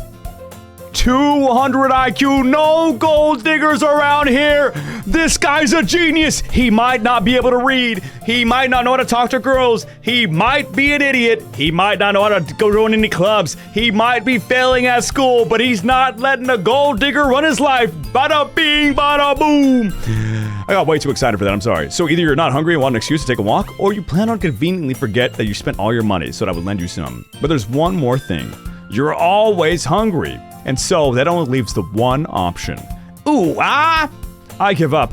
I don't make me feel guilty. If you feel guilty, then that means you deserve to feel guilty. Oh, wow. Oh, shit. Wow. He might not do a lot, but yeah, he might be a fucking idiot. And weird. And lonely. And a nerd. And sad. I don't know where I'm going with that anymore. Yuri suddenly giggles. Eh? I didn't know that she was listening in. Her face is in her book, as always. I wasn't listening or anything. It was just something in my book. Yuri, tell Kritur to let me borrow some money. Oh my fucking... Don't get me involved like that, Sayori. Besides, you should only buy what you can reasonably afford. Responsibly. Both work. And frankly, after pulling a mischievous little something like that, your suffering is fair enough retribution. We got fucking Edgar Allan Poe over here? And frankly, after pulling a mischievous something like that, your suffering is fair enough retribution. Wow. ... I didn't mean that. I got too absorbed into my book. Ooh. Let Sayori starve. I'm on board with that. Writer's block? Who? These girls are writing fucking poems. I really like when you speak your mind, Yuri. It doesn't happen much, but it's a fun side of you. There's no way you could think that.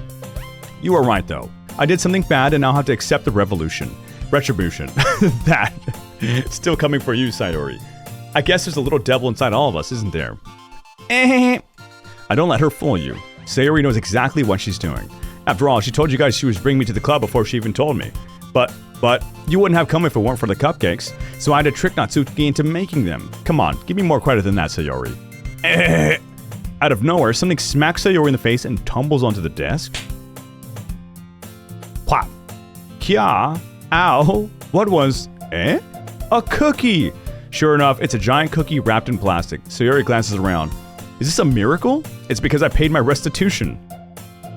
This girl's dumber than me. Retribution. Actually, that one almost worked.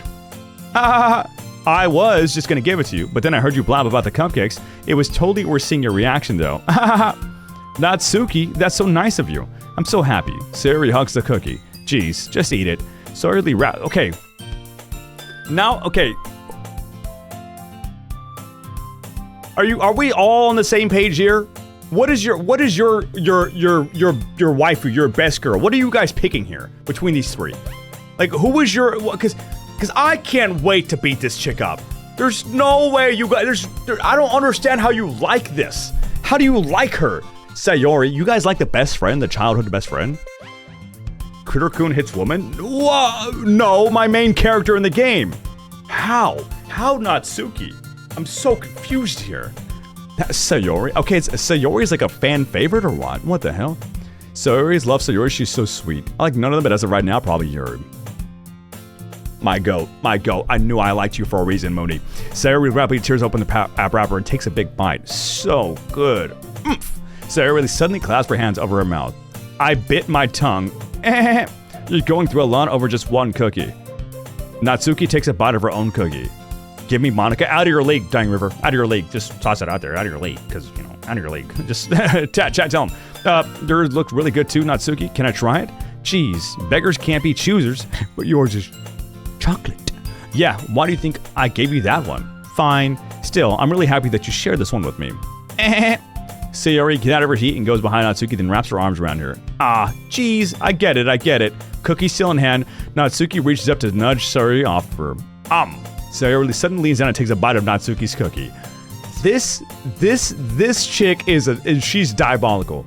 You know what? I respect it. I respect that. That's a good way to get a cookie bite. Did you certainly just do that? Ooh, mouthful. Sayori trots away to safety. Yuri and I laugh as well. Geez, you're such a kid sometimes. Monika, can you tell Sayori? Natsuki glances around. Monika isn't in the clubroom. Ugh, where's Monika anyway? Good question. Have any of you heard anything about her being late today? Not me. Yeah, I haven't either. That's a bit unusual. I hope she's okay. Of course she's okay. She probably just had something to do today. She's pretty popular, after all. You don't think she has a... I wouldn't be surprised. A what? A boyfriend? She's probably more desirable than all of us combined. Monika's hiding the bodies. The way Monika writes scares me. And I stand by that. All of me. Every fucking ounce of DNA in me is scared of Monika. That's true. Excuse me. Suddenly the door swings open. Sorry, I'm super sorry. There you are. I didn't mean to be late. I hope you guys weren't worried or anything. Monika chose the club over her boyfriend after all. You're so strong-willed. But boyfriend? What on earth are you talking about? Monika quizzically glances at me. Okay, maybe Monika's not that bad. Maybe I'm not scared of her anymore. What held you up anyway? Well, my last period today was study hall. To be honest, I kind of just lost track of time. Sorry, that was Monika. That makes no sense, though. You would have heard the bell ring, at least. I must not have heard it since I was practicing piano. Piano? I wasn't aware you played music as well, Monika. She just does it all? Piano? Book reading club master president? Doctor? Seuss? I don't really. I kind of just started recently. I've always wanted to learn piano. That's so cool. You should play something for us, Monika. Monika looks at me. Maybe once I get a little bit better, I will. You guys said she was out of my league. And she's looking at me. I'm just saying. She's looking at me. You guys said she was out of my league? Kritur, have you saved yet? No. Did I press escape? Oh, save.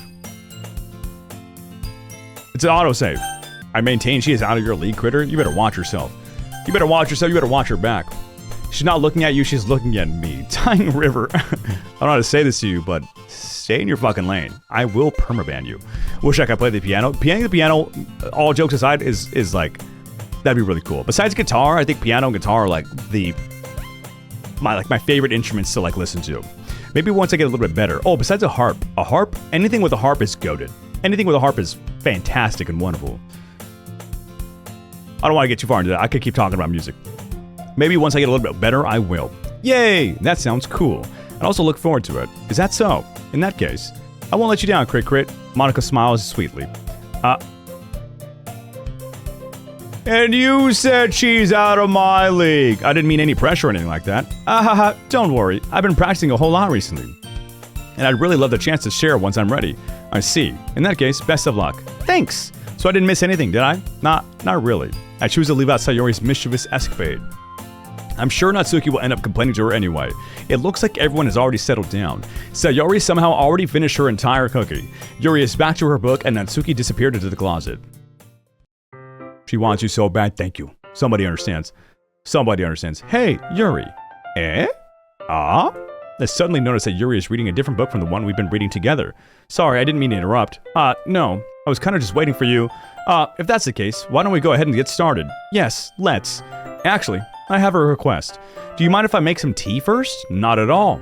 Thanks very much. If there's one thing that can make the reading time here any better, it's a nice cup of tea. Not to mention for yourself as well. Yuri stands up and makes her way to the closet. I follow and watch as she retrieves a small water pitcher from the shelf, the kind with the filter inside. Can you hold this for a second? Sure. Yuri hands me the water pitcher and also fetches an electric kettle. I'm going to plug this into the teacher's desk and then we'll go get some water. She walks past me and sets the kettle down on the teacher's desk. I simply watch her movements. To my surprise, the way she moved really contrasts her speaking mannerisms, especially because her long legs, Yuri appears elegant and methodical. Okay, may I have the water pitcher? Thanks, I'll be right back. I might as well walk with you. Yeah, why not? Shall we go then? Yeah. Where are you two off to? Eh? Yuri was going to make some tea, so. I suddenly realized how weird it sounds to explain this to Monika. We're just filling the water pitcher. Ah, okay. Sorry. I was just a bit curious. That's kind of one-person job, isn't it? That's... Monika, please mind your business for once.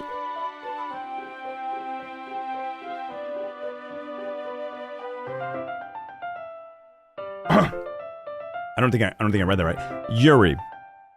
Monika, please mind your business for once. Oh? Oh? Oh? And you said Yuri, not best girl. Wow. Somebody I don't know. I'm heading out, having fun, and see you guys at the computer today. We'll catch you around, bud. We'll catch you around. Have a wonderful night, my friend. Oh, I like Yuri. She got a little bit of bite. Hey, she was a little reserved. I said I need her to be a little bit more confident. Saying some shit like this, hey, I respect it. I see game and I respect the game. Or do you want to tell me there's something wrong with helping involve Kritur and club activities? Eh? My mouth gapes. I suppose there's nothing wrong with that. Then let's go, Kritur. Yuri quickly exits the room and I follow. What's up, Patchy? Welcome on in. Once in the hallway, she suddenly puts her forehead against the wall. I spoke without thinking. How could I say something like that? Yuri, something about the way she said that. It made me feel so irritated. What's wrong with me? No, Yuri, I think you did the right thing. I wasn't expecting it, but it's also not right for Monika to judge people like that. Kritur, how come even when I do something bad, you're being nice to me? Because nothing that you do is as bad as you make it to seem in your head. Nobody's perfect. We have emotions and we can't always hide them away. But you always amplify things in your head. Your mind turns a light rain shower into a hurricane. I'm just saying, we might be an idiot, but you know, when it really matters, when it comes down to it, we know exactly what to say. And the important parts, you know? The important parts. Suddenly we are literate. When it matters the most. Juju, have a wonderful night. We'll catch you around. No, wouldn't you hate me for something as terrible as that? Why would I hate you? I can't hate someone for having emotions. What kind of friend would do that? Friend, you say? Yuri lifts her head. Kritur, I really like being friends with you. Thanks, Yuri. I like being friends with you too. I feel kind of awkward saying something like that, but I'm doing my best to help Yuri feel better. Anyway, did we just friend zone ourselves? I feel like we just friend zone ourselves. Remember, we just talked about saying the right thing, and we friends. That's okay. Making sure I'm not alone on that one. Okay, yeah. No, that's cool. Fumble a little bit. Why not? Fumble Ruski. Shall we go? Yeah. Yuri and I walk to the nearest water fountain. Once we fill up the water pitcher, we return to the classroom. Kritur, do you like oolong tea? I prefer short tea. Yeah, anything is fine. Very well. Yuri sets the temperature on the kettle to 200 degrees. Now it's time to get the teapot. You really do this properly, don't you? Of course. I shouldn't do any less when I'm making tea for others. Even if I'm not an expert or anything. Hoo-hoo? In that case, you'll be even more impressed. Perhaps I will. Yuri fetches the teapot and begins measuring the tea leaves. To my surprise, she even starts humming a little to herself. You must be in a good mood now. Is that so? I was letting it show, and you noticed. I was doing a bit of thinking, and decided that I would try expressing myself a bit more. It turns out it's not very hard for me to do. When it's you who's around, anyway. That's great, Yuri. Just don't push yourself too much. We're just friends after all. You're always worrying about me, Kritur. It's very endearing. Yuri wasn't kidding. I don't even know if I can keep up with this. I watched Yuri pour a cup of tea for each of us. Kritur, I have another request. Do you mind if we sit on the floor today? Huh? Why's that? It's a little bit easier on my back. I can read with my back against the wall rather than bending over at my desk. Oh, sorry, I didn't realize. No worries. I just have back pain fairly regularly, so I do my best to manage it. Is that so? I wonder why that is. It's mostly because...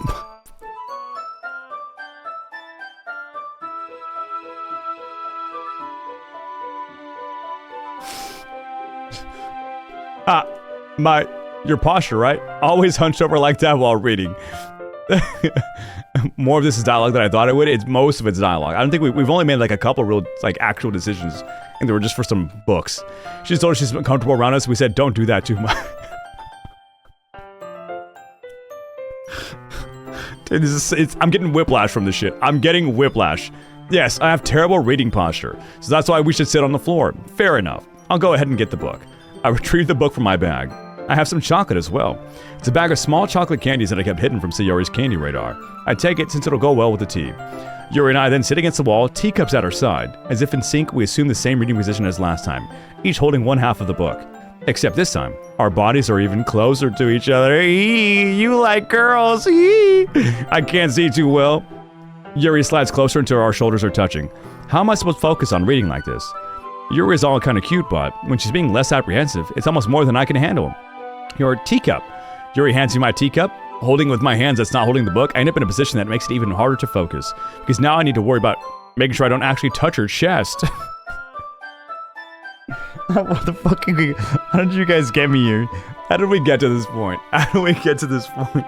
How am I here at this point in my life? Yuri hasn't noticed a single thing. She wears her intense reading expression. I can only presume the world around her has faded away. I use all my willpower to focus on reading. ... After a few minutes, I finally managed to relax a little. I put the teacup between my legs and fumble with the chocolate wrapper. You also fumble with Yuri, for the record. Sorry. I briefly let go of the book to finish opening the wrapper. You can have as much as you want. That's okay. I won't take any. Are you sure? Well, if I touch it, then it might get smudges on the pages.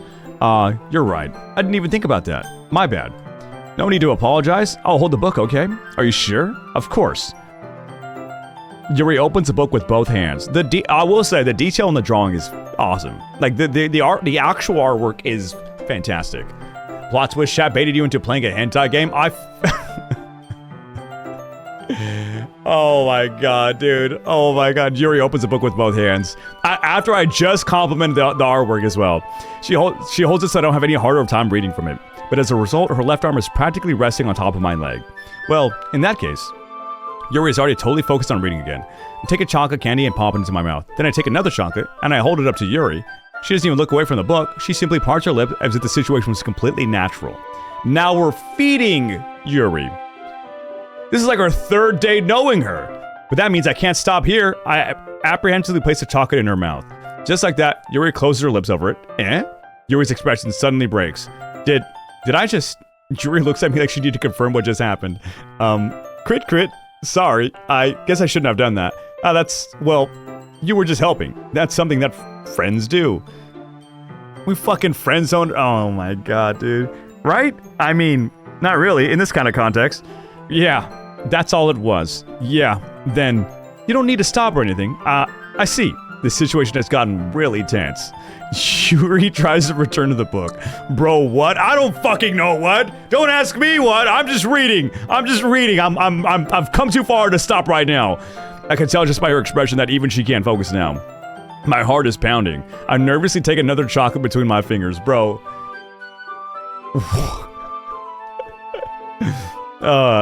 Yuri is only into Yuri, dog. She don't want you, she wants me, right? Just friends being friends, feeding each other chocolate. That's what friends do. As their bodies are touching while reading books. This time, Yuri's eyes meet mine. How did it even come to this? Yuri doesn't avert her gaze. I notice her chest rising and falling to the rhythm of her breaths. I raise my arm. Like before, Yuri parts her lips. With eye contact? Crit, what the fuck is this? Dude, I'm just reading. I take the chocolate and place it in her mouth. I feel her hot breath on my fingers. Okay, everyone. Ooh, Yuri jolts back. It's time to share poems. Crit, you can help Yuri put away the tea stuff, right? Yeah, of course. Okay, thanks. This spell is abruptly broken. I'll take care of the cups. Wait, Monika surely noticed, right? Monika surely noticed and ruined it on purpose, right? Press 1 if you think it was on purpose. Press 2 if you think it was just coincidental. She had to have noticed on that purpose. I'm just saying. Yeah, Yuri picks up the teacups from the floor. I pick up the bag of chocolates. In the end, we hastily connect. Okay, we're all on the same page. What's up, Cooper? Welcome on in. In the end, we hastily clean up without so much as a word between us. I get the feeling this is something neither of us will have the courage to bring up. Who should I show my poem to first? What if we save Yuri for last now? Let's go reverse order. We'll go start with Monika. Start with Monika, we go reverse order. Hi again, Crit. How's the writing going? Alright, I guess. I'll take that, as long as it's not going bad. I'm happy that you're applying yourself. Maybe soon you'll come up with a masterpiece. Ah! I wouldn't count on that. You never know. Want to share what you wrote for today? Sure, here you go. I give my poem to Monika. ... Alright, this one's good. It feels like you're not only getting more comfortable with your style, but the imagery is better than the last one I read. Just wondering, but have you been finding inspiration in Yuri's writing style? I guess so. You can't deny that she's talented. Yeah, totally. I think her poems are at the most romantic. That's the best way to describe it. She's like a totally different person when she picks up a pen. I notice that too. Or when she's talking about literature, it's like a light turns on inside her. Suddenly, it's hard to get much personal conversation out of her. Trust me, I've tried. Who knows what goes on in that head of hers? I hope you don't mean that in a bad way. No, of course not. No, of course not.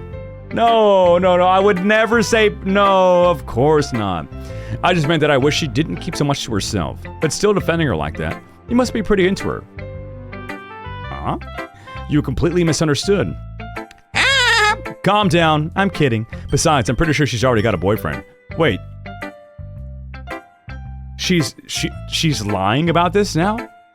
Monika loves Yuri? Oh, you would think Monika doesn't like us, Monika likes Yuri. Monika, she's twisting some things a little bit here and there. A couple words, a couple fibs, a couple little white lies. A fictional one anyway. I think she's just a psycho. Monika kind of whispers that last part to me. It's just a hunch, but, well, there's not really anything wrong with that. Oh, well, I know. I was just saying. But anyway, you want to read my poem now? I like the way this one turned out, so I hope you do too. Alright, let's take a look. Save me. The colors, they won't stop. Bright, beautiful colors, flashing, expanding, piercing. Red, green, blue. An endless cacophony of meaningless noise. The noise, it won't stop. Violent, grating waveforms. Squeaking, screeching, piercing. Is that an upside-down cross? No, it's not really. That's looking too far into it. Squeaking, screeching, piercing, sine, cosine, tangent, like playing a chalkboard on a turntable, like playing a vinyl on a pizza crust, an endless poem of meaningless. Load me.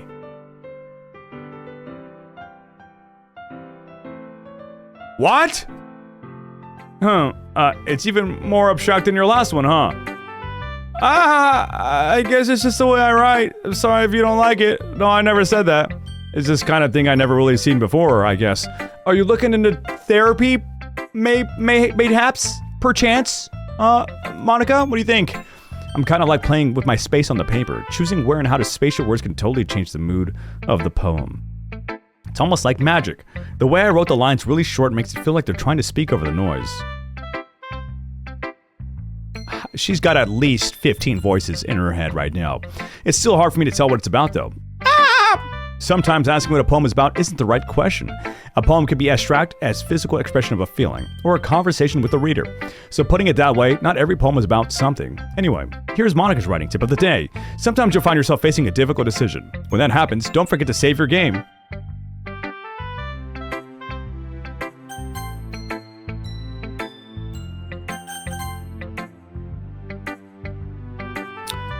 You never know when you might change your mind, or when something unexpected may happen. Wait, is this even a tip even about writing? What am I even talking about? That's my advice for today. Thanks for listening.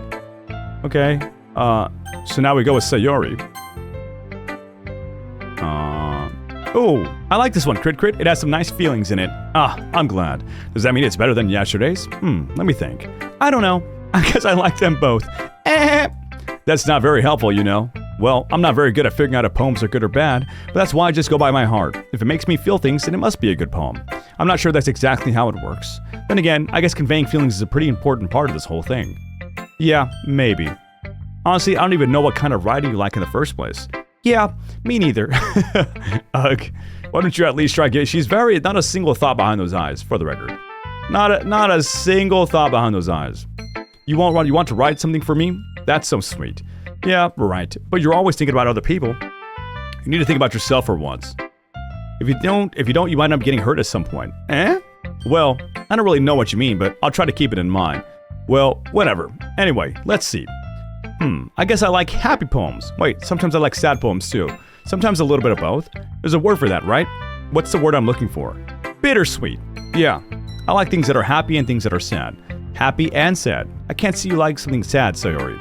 Well, I like happy the most, but sometimes when you have a little rain cloud in your head, a sad poem can give the rain cloud a little hug and make a nice happy rainbow.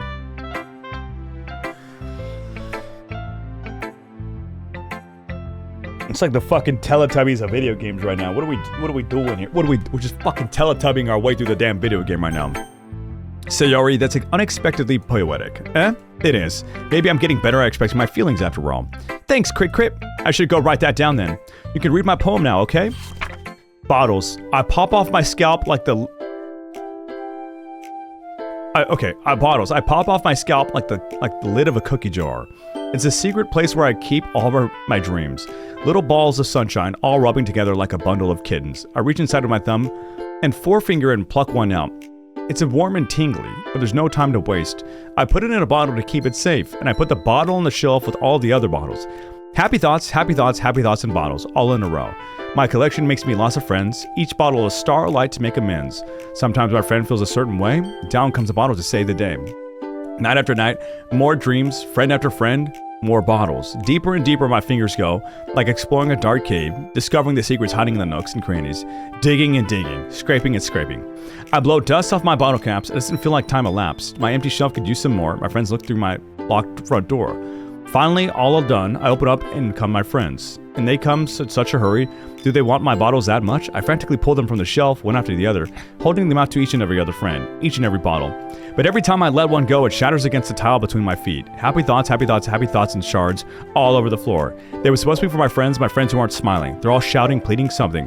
But all I hear is echo, echo, echo, echo inside my head. What the fuck, dude? What are we?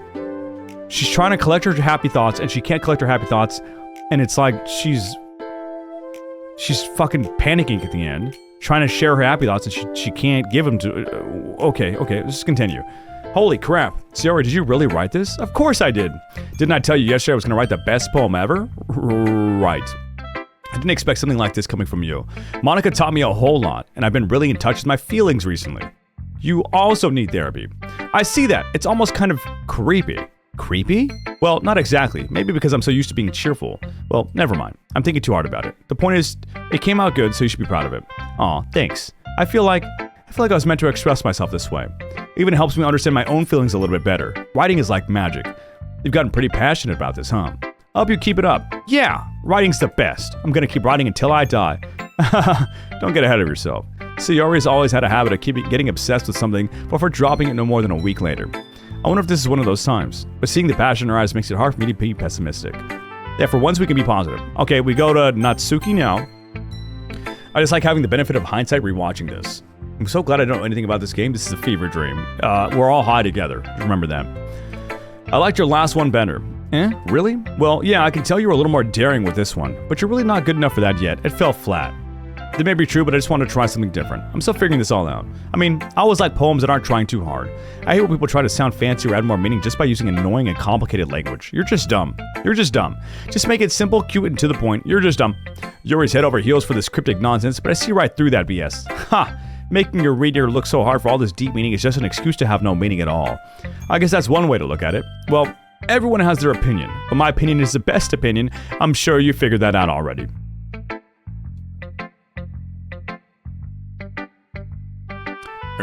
Anyway, here's my poem. Maybe you'll learn something. Redfish, Amy likes spiders. You know what I heard about Amy? Amy likes spiders. Ickly, wriggly, hairy, ugly spiders.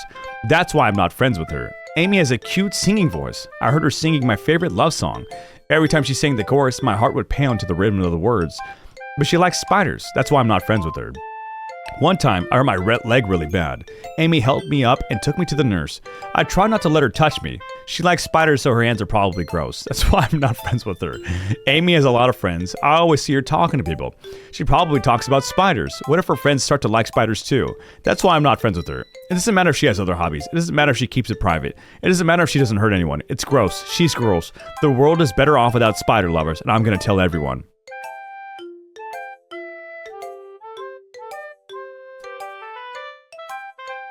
Not bad, right? What the It's quite a bit longer than yesterday's.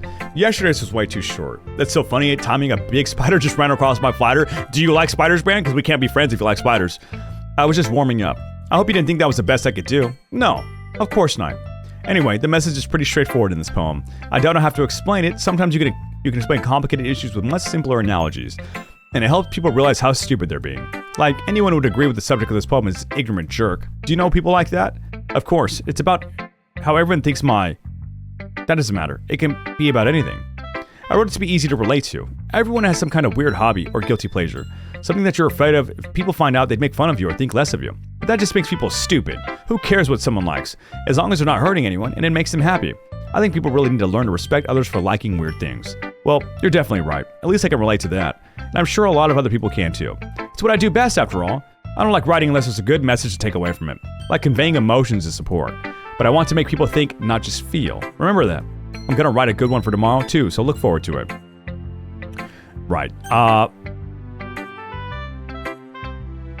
It's just Yuri then, right? Let's see what you've written for today. ... Lots of dots. Yuri stares at the poem with a surprised expression on her face. Do you like it? Crit. This one might even be better than yesterday's. How did you even pick up on this so quickly? Just yesterday I was telling you the kind of techniques worth practicing. Maybe that's why. You did a good job explaining. I really wanted to try giving it more imagery. Yuri visibly swallows. Even her hands appear sweaty. I'm not used to this. Used to what? I don't know. It's fine. Take your time. Yuri breathes and collects her thoughts. I know that Yuri likes to think before she speaks, so I offer that patience to her. Yeah, just being appreciated like this, I guess. It probably sounds really stupid. But seeing someone motivated by my writing, it just makes me really happy. Are you saying you've never shared your writing before? Yuri nods. Really? I don't believe it. Why are we calling her a liar? She's very shy. I really only write for myself. And besides, people would just laugh at me. No, Yuri, I would never laugh at you. No, you're just kind of weird. You also need therapy. But I would never laugh, no. Do you really think that? Again, Yuri nods. Huh. Even your close friends? ... Yuri doesn't respond to that. I wonder why. Anyway, do you want to share the poem you wrote today? Yeah, I do. If it's with you. Aww, just friend thing. If it's just a me, you know? Who am I guess? The raccoon. It happened in the dead of night while I was slicing bread for a guilty snack. My attention was caught by the scuttering of a raccoon outside my window. That was, I believe, the first time I noticed my strange tendencies as an ordinary human. I gave the raccoon a piece of bread, my subconscious well aware of the consequences. Well aware that the raccoon is fed will always come back for more. The enticing beauty of my cutting knife was the symptom. The bread, my hungry curiosity. The raccoon, an urge. The moon increments its phase and reflects that much more light off of my cutting knife, the very same light that glistens in the eyes of my raccoon friend. I slice the bread, fresh and soft. The raccoon becomes excited. Or perhaps I'm merely projecting my emotions onto the newly satisfied animal.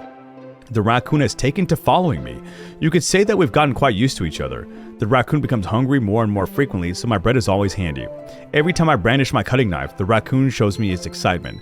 A rush of blood, classic Pavlovian conditioning. I slice the bread, and I feed myself again. Are we the raccoon? I feel like we're the raccoon. I was a little more daring with this one than yesterday's. I can see that. It's a lot more metaphorical. I don't know if it's my fault, but I can't begin to imagine what this poem is about. I think we're the raccoon here. That's right, it's a bit closer to my preferred writing style, using the poem as a canvas to express vivid imagery and conveying emotions through them. Yeah, if I take it at face value, I can't even figure out what it's supposed to mean. Well, I think it's something that different people can relate to in their own way. I wanted to express the way it feels for me to indulge in my more unusual hobbies. It's those sorts of things I'm usually forced to keep to myself, so I sometimes enjoy writing about them. That's funny. Didn't Natsuki also write something about that?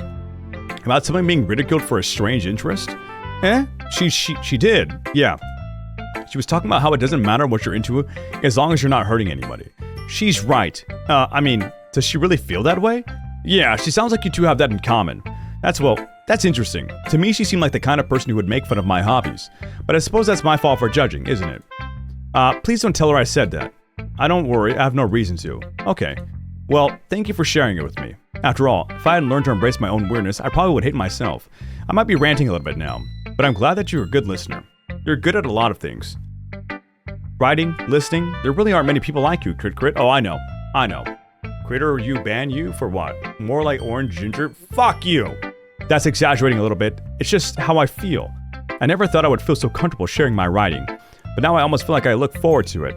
It's just a really nice feeling, and you're to thank for that. It's nothing really. Yuri smiles sincerely at me. For just a moment, her timidness seems to disappear. Oh. Okay, everyone. We're all done reading each other's poems, right? I have something extra planned today, so if everyone could come sit at the front of the room. Is this about the festival? Well, sort of. Do we really have to do something for the festival? It's not like we could put together anything good in just a few days. We'll just end up embarrassing ourselves in front of getting any new members. Instead of getting new members. Oh my gosh. That's a concern of mine as well. I don't really do well with last-minute preparations. Don't worry so much. We're going to keep it simple, okay? We won't need much more than a few decorations. Sayori has been working on posters, and I've designed some pamphlets we can give out during the event. Okay, that's great and all, but that doesn't tell us what we're actually going to be doing for the event. Sorry, I thought you heard about it already. We're going to be performing. Oh my god. Alright, gentlemen, go play a game with my friends. Drop a lurk. Cheese, thank you for a lurk. I appreciate you. You're gonna see soon, Mooni. Sayori's hair is a shade of pink. Performing, Monika. Yeah, we're going to be having a poetry performance. Each of us are going to choose a poem to recite during the event. But the cool part is, we're also going to let anyone else come up and recite poems too. Sayori's putting it all on the posters in case anyone wants to prepare ahead of time. That's a shade of pink. That's a shade of pink. Okay, I'm looking at it again, it's not so pink, but I'm looking at it again, it's not so pink, it's more like oranges. Fuck. He means my screen brightness. Hold on, if I like change the angle. Fuck. It's still more pink than I still think it's a shade of pink. I think it's what I said, it's like a sunset, like pinkish orange. It's a shade of pink. I think it's a shade of pink. It's like salmon, which is a shade of pink.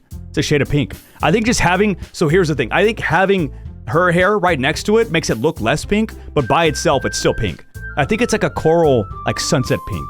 And I'm sticking by that. Sayori, who's been coloring a poster, holds it up for us to see. Are you kidding me, Monika? You didn't already start putting these posters up, did you? Well, I did. Do you really think it's a bad idea? Well, no, it's not a bad idea, but I didn't sign up for this, you know? There is no way I'm going to be performing in front of a group of people like that. I agree with Natsuki. I could never, in my life, do something like that. Imagining it, Yuri shakes her head in fear. What's up, Lord Topping? Yeah. Guys, no, Sayori. I understand where they're coming from. Remember that Natsuki and Yuri have never shared their poems with anyone until just a couple days ago. It's a lot to ask for them to recite their poem out loud to a whole room of people. I guess I kind of overlooked that, so I'm sorry. ... But I still think we should give it our best. We're the only ones responsible for the fate of this club. If we start the event and each put on a good performance, then it will inspire others to do the same. And the more people who perform, the better we'll be able to show everyone what literature is all about. Yeah, woo! Woo! It says that her hair is coral pink. Fuck yeah. God, I'm feeling good. I'm feeling good. Woo! Cooper, Mooney, Val, you guys get VIPs. But I'm gonna take them away soon. It's about expressing your feelings, being intimate with yourself, finding new horizons, and having fun. That's right. And it's those reasons that we're all in this club today. Don't you want to share that with others? To inspire them to find the same feelings that brought you here in the first place? I know you do. I know we all do. Yep, slay, queen, slay, shoosh. And if it all takes is standing in front of the room for 2 minutes and reciting a poem, then I know you can do it. ... Natsuki and Yuri remain silent. Sayori looks worried. I guess that leaves me no choice. I agree. I don't think it's too much to ask. I think that Sayori and Monika have been really trying their hard to get new members. The least we can do is help them out a little bit. Well, maybe, but it looks like Natsuki doesn't have any arguments left. Okay, fine. I guess I'll just have to get it over with. Alright. Phew. Thanks, Natsuki. What about you, Yuri? Yuri dejectedly glances around at everyone except else's expectant faces. Sigh. I guess I don't really have a choice. Ah! That's for everyone. You're the best, Yuri. This club is seriously going to be the death of me. Foreshadowing? Oh gosh, you'll be fine, Yuri. But anyway, let's move on to the main event. I want each of you to choose a poem of yours. We're going to practice reciting them in front of each other. No way! Monika, this is too sudden. Well, if you can't recite your poem in front of the club, how do you expect to do it in front of strangers? Oh no, don't worry. I'll start off to help everyone feel a little bit more comfortable. Can I go next? Oh, sorry. Of course. Now, let's see. Monika flips through her notebook to the specific poem she has in mind for herself. She then stands behind the podium. The title of this poem is The Way They Fly. Ahem. Monika begins reciting her poem. Her clear, confident voice fills the room. More than that, her inflection is pristine. She knows exactly how to apply emotion behind each line she recites, bringing the words alive. Is there something she's done before, or she's simply a natural? I glance around me. Everyone has their eyes on Monika. Sayori looks amazed. Yuri has an intense expression on her face that I don't understand. Finally, Monika finishes the recitation. The four of us applaud. Applaud, chap! Applaud! Applaud! Monika takes a breath and smiles. That was so good, Monika. Thank you very much. I was just hoping to set a good example. Are you ready to go next, Sayori? I'll go next. Yuri goes next? Ooh, wah! Yuri's fired up all of a sudden. Yuri clutches a sheet of paper between her hands and stands up. Keeping her head down, she walks quickly over to the podium. This poem is called... Yuri anxiously glances at each of us. You can do it, Yuri! It's called After Image of a Crimson Eye.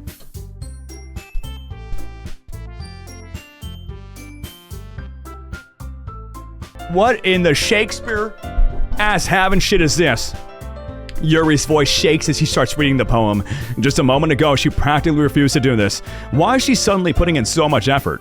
As Yuri gets past the first couple of lines, her voice changes. It's almost like what happens when Yuri gets absorbed into her books. Her quivering words quivering is a crazy word. I don't know why. That word is ruined in my brain. Social media has ruined the word quivering for me. Her quivering words transform into the sharp syllables of a fierce and confident woman. The poem is full of twists and turns in its structure that she enunciates with perfect timing. This must be a rare glimpse to the whirling fire Yuri keeps concealed inside her head. Suddenly, she's finished, just like Mujibus. Everyone is stunned. Yuri snaps back into reality and glances around her, as if bewildered even herself. It's up to me to save the situation. I'm the first to start applauding. Clap for Yuri! If you don't clap for Yuri, you're banned! Everyone joins me afterward, and we give Yuri the recognition she deserves. It's not that we didn't want to applaud for her, but we were caught so off guard that we must have forgotten. As we applaud, Yuri holds the poem to her chest and rushes back into her seat. Yuri, that was really good. Thank you for sharing. Yuri, ... Looks like Yuri is down for the count. Okay, I guess I'm next then. Sayori hops out for her chair and cheerfully walks to the podium. This one's called My Meadow. Sorry, I giggled. Sayori, it's a lot harder than I thought. How did you guys do it so easily? Try not to think. I'm actually gonna unban them. I'm gonna unban them. Oh, Secreted. I was trying to scare them. Wait, what the fuck? Oh, 2 R's. Let me unban them real quick. I had to scare them for a bit. Ban me too, please. I don't want to clap. You just got here. You know what? You just got here, and you're gonna fit in real good. Let me just erase your messages real quick. Let you know that I'm in control here. Other than all my mods. My mods are actually the ones in control. Sometimes, most of the time. Alright. Try not to think of it like you're reciting to other people. Imagine you're reciting it to yourself, like in front of a mirror or in your own head. It's your poem, so it'll come out the best way. Chat, the best way to do this, you guys maybe heard in the past, the best way to do this is when you are at the podium, you imagine everybody in the crowd naked. That way, when you're reading it, you also have a hard-on, and so they focus on that instead of your stuttering when you're reading. You distract them. It's about distracting. I see. Okay, then. Sayori begins her poem. Somehow it feels like her soft voice is made as a perfect match. The poem isn't aimlessly cheery like Sayori says. It's serene and bittersweet. If I were to read this on paper, I probably wouldn't think much of it. But hearing it come from Sayori's voice almost gives it a whole new meaning. Maybe this is what Sayori meant when she said she likes my poems. It's like I get to reach more deeply into someone I thought I knew through and through. Sayori finishes and we applaud. I did it. Good job, Sayori. Even Kritur liked it. I guess that's a good sign. What does that even mean? It came out nicely, Sayori. The atmosphere of the poem fits you really nicely, but it might be the other poems wouldn't work quite as well with that kind of delivery. I don't really understand. In other words, I've seen poems of yours where that sort of gentle delivery wouldn't work as well. They might need a little more force behind them depending on what you're reading. Oh, I know what you mean. That's, I've been practicing for this kind of thing. It's just embarrassing to do in front of everyone. Then, next time, I'm going to make you pick a poem that challenges you a little more. We don't have much time before the festival, you know? Okay, now, who's next? Natsuki? Humph. Don't make me go before Kritur. It's not like I compare to you guys anyways. Might as well let Kritur lower everyone's standards a little bit before, oh my...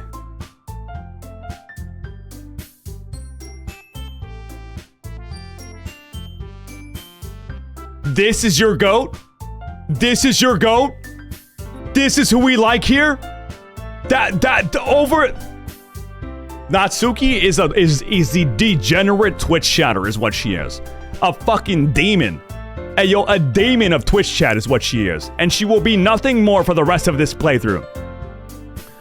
Natsuki, it's fine. I might as well get it over with. But it's not like I have much of a selection of what to read. I'll just have to go with what I wrote for today. I stand up in front of everyone on the podium. Everyone has their eyes on me, making me feel terribly awkward. I recite my poem. Since I'm not exactly confident in my own writing, it's hard to put into energy into it. Despite that, once I finish, I receive applause anyways. Sorry, I'm not really as good as everyone else. Don't worry about it so much. I think it's less about your abilities and more about your lack of confidence in your writing. That's something that'll improve over time though. Yeah, maybe. Alright then. That just leaves you, Natsuki. Yeah, I'm going.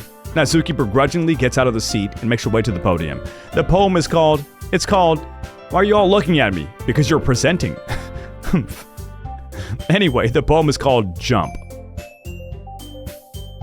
Like do a flip jump? Or like, you know what? Natsuki takes a breath. Once she starts reciting the poem, her sour attitude disappears a little. While she's still a little unenthused, her poem has a rhythm and rhyme to it. It's Natsuki's trademark style, and it works surprisingly well when she's spoken out loud. The words feel like they bounce up and down, as if giving life to the poem. Natsuki finishes, and everyone applauds. She hops back to her seat. That wasn't so bad, was it? Easy for you to say. You'd better not make me do that again. Well, do you at least feel prepared enough to recite a poem in front of other people? I mean, doing it in front of other people will be way easier. Wait, what? I can put on whatever face I want for other people, but when it's just my friends, it's just embarrassing. That's a surprise, Natsuki. I think it would be the other way around for me. Well, that's just how it is, so I guess in that case, you won't have much to worry about for the festival. That said, I want to thank everyone for coming through. It might be hard, but I hope that you all have an idea of what it's like now. Make sure you pick a poem and get enough practice before the festival, okay? I'll be making pamphlets, so let me know ahead of time what you'll be reciting. Geez, I should probably find some other poem to recite instead. That's fine too. It doesn't have to be your own. I'm already pleasantly surprised that you're putting on all this effort for our club. It makes me really happy. Yeah, no problem. Okay, everyone, I think that's about it for today. I know the festival is coming up, but let's try to write poems for tomorrow as well. It's been working out really nicely as well. So far. So I'd like to continue that. As for the festival, we'll finish planning tomorrow, and then we'll have the weekend to prepare. Monday's the big day. I can't wait. I can do this. All right. I stand up. There's no way I'll be able to find the same enthusiasm as Sayori and Monika, but I'll do my best to get through it. If it's for the sake of the club and impressing Monika, then I'll have to do my best. Impressing Monika, huh? Kritur genuinely bugged on my Twitch. I had no mouth, but I must scream situation there. Ready to go, Sayori? Yep. Look at you two, always going home together like that. It's kind of adorable, isn't it? Jeez, guys, don't make such a big deal out of it. It must be a little nice, though. Well, how am I supposed to respond to that? It's okay, Crit. You don't have to say it. Whatever. Let's go already. Kritur, you should do bedtime stories like this. You guys want to read a whole bedtime story? You guys, I walk home with Sayori once more. Even though it's only been a few days, a lot of things have already changed. But today, Sayori is being a little quieter than usual on the way home. Hey, Sayori. Sorry, I was spacing out. No wonder. I was thinking about something from earlier. I like how we get to... Sayori fumbles with her words. She does have a crush on us. She's got a crush on us. So let's just say that one day, Yuri has to walk home with you. Huh? What would you do? What kind of question is that? You're kind of putting me on the spot here. Well, I would walk home with Yuri. Oh, wait, we can't do both?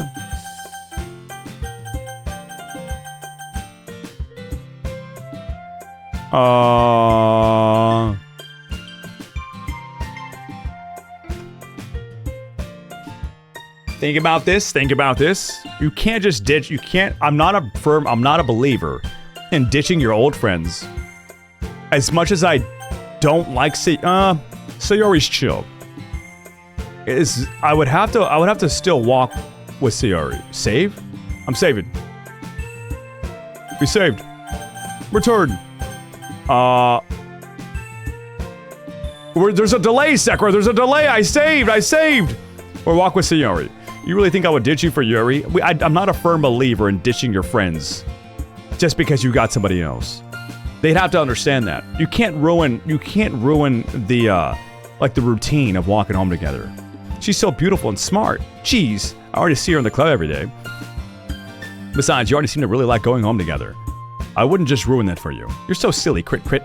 You think about me too much sometimes. Yuri would deserve it if she wanted, so. Sayori, I've already made up my mind. I really can't figure you out sometimes. Sorry. Besides, what's the point in speculating something that's never going to happen? The conversation trails off. It's kind of a weird thing for Sayori to care about so much. But I want to respect her and keep her happy too. Then again, the festival's only a few days away. Who knows what will happen in that time? There's no way this playthrough's 4 hours. I've been reading pretty fast. We probably spent like 30 minutes of fucking around. I guess maybe it ends at the next 45 minutes. Landscape, fireworks, fantasy, kawaii, Doki Doki.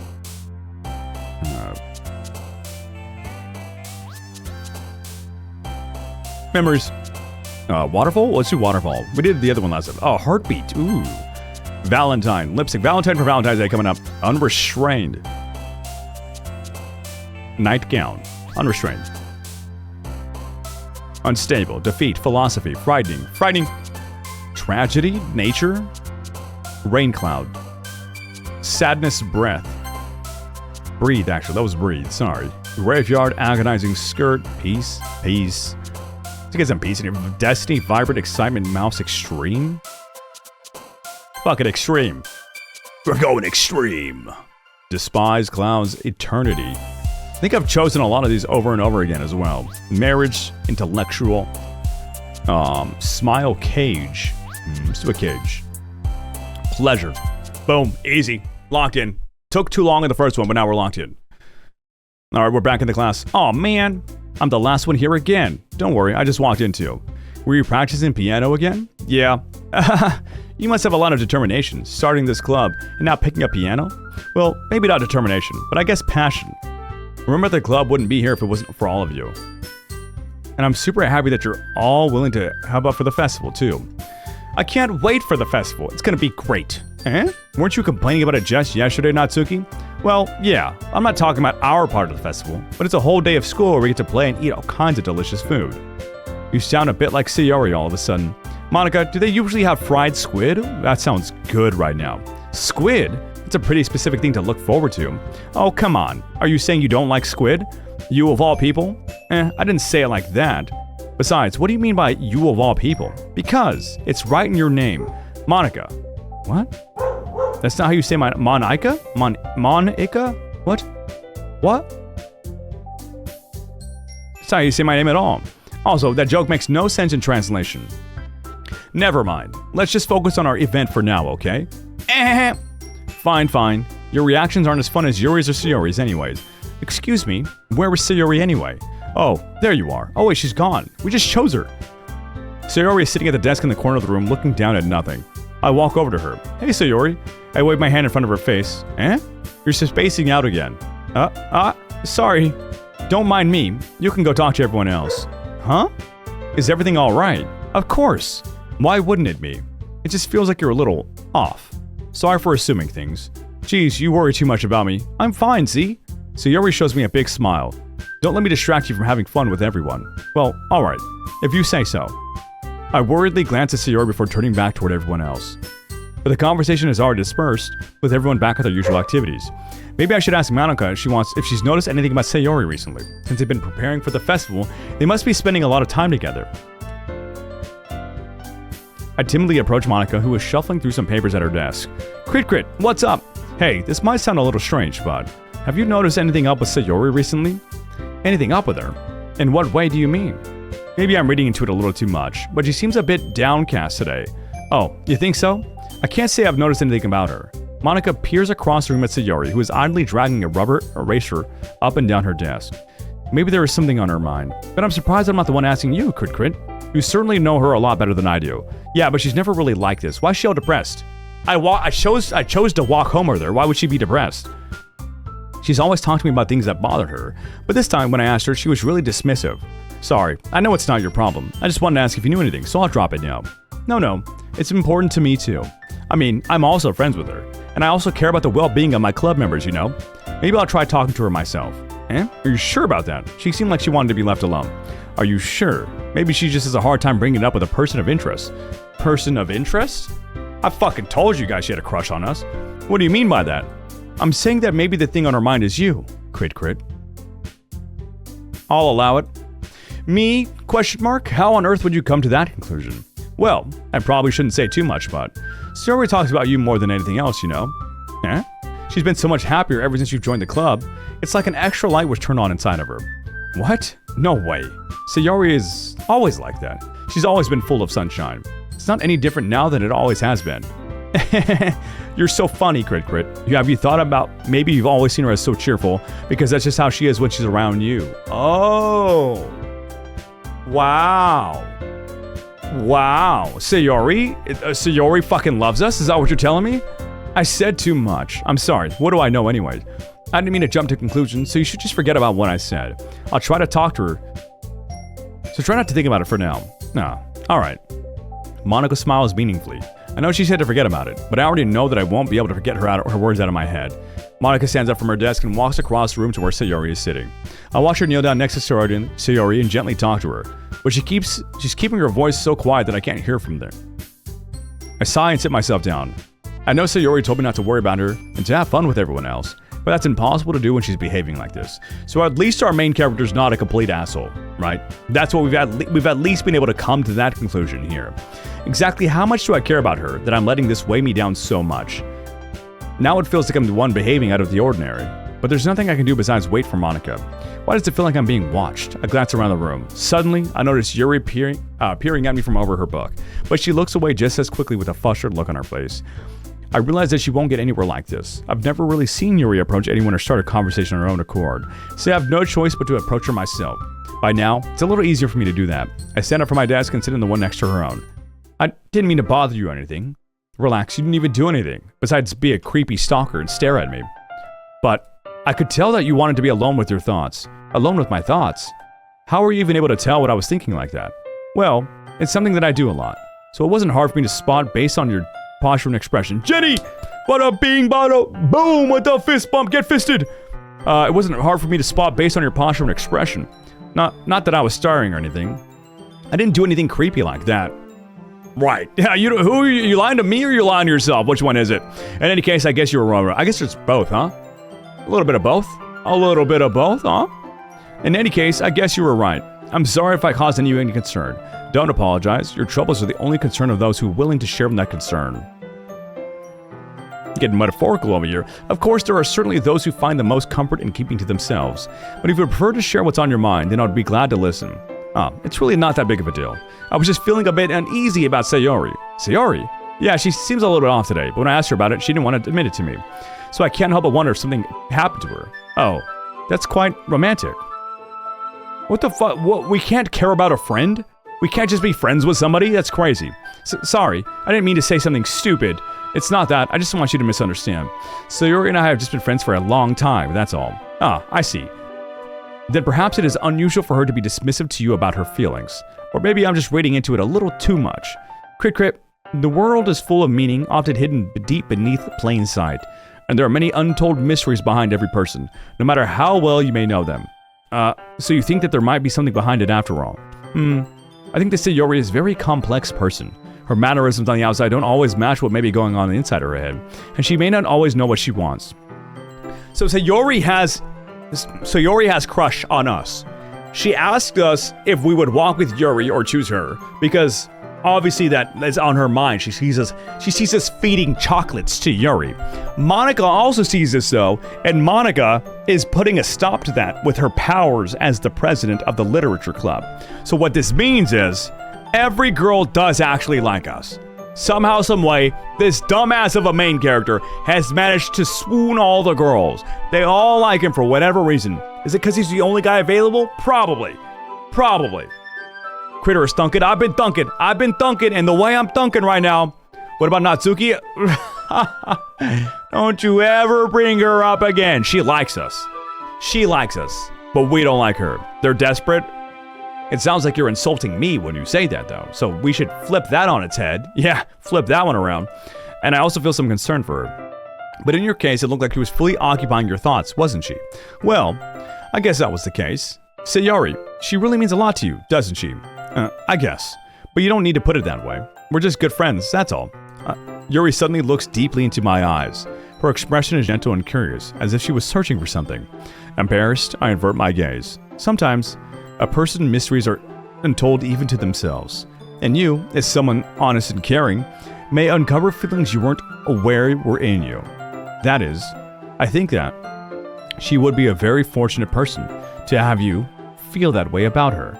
Yuri, you're giving me too much credit. I'm a pretty simple guy. Oh, we know. I've been reading your dialogue. We know, buddy. So I think I'm pretty good at understanding my own feelings. I'm not nearly as sophisticated as you. That's not a compliment, is it? It is what it is. Anyways, as long as we're here, why don't we do some reading? Well, as long as you're okay with it. Yeah, I should be taking my mind off this whole thing anyways. Are we gonna go up against the wall again? ...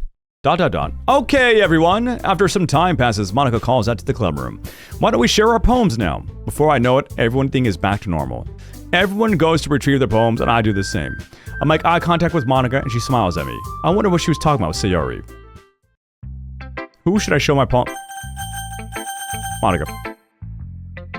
The Psycho. Hi, Crit. Have you thought about what you want to submit to the perform at the festival? Well, being in this club is one thing, performing in front of a bunch of people, I'll have to give it some more thought. Okay, no pressure. Whatever you do, I'm sure it'll turn out great. It'd also make me happy to see... Anyway, let's take a look at today's poem. Sure, I let Monika take the poem I'm holding in my hands. ... Your style's gotten so refined, Crit. Yuri's been teaching you a lot of things, hasn't she? Well, I guess so. Yeah, I've been noticing how much time you spend with her. I think I've heard her say more words these past couple days than she's talked in the whole year. Not sure how you did it, but that's pretty impressive. Well, she just needs some patience and a way to talk about all the things in her head, I guess. I'm still getting the hang of it myself. You're certainly putting in a lot of effort. You must really like her. And that's... It's awfully suspicious, you know? Spending time with her in the clubroom every day. Reading that edgy novel with her. Well, I just feel bad that she has a hard time socializing. It makes me want to make sure she doesn't spend all her time alone. Besides, the novel isn't too bad either, you know? Alright. I get you. Just be careful, alright? I know that Yuri isn't used to opening herself up, so if something bad happens while she's vulnerable, then it could be really hard for her. Her burks aren't a total escape from reality, they're just a bandage. You say that like I'm going to hurt her. Sorry, I didn't really mean that. If anything, she might accidentally hurt herself. Wait, what? I'll share my poem with you now, alright? Alright. The Lady Who Knows Everything. I don't even know if I want to read this. An old tale tells of a lady who wanders Earth. The lady who knows everything. A beautiful lady has found every answer, all meaning, all purpose, and all that was ever sought. And here I am, a feather, lost adrift the sky, victim of the currents of the wind.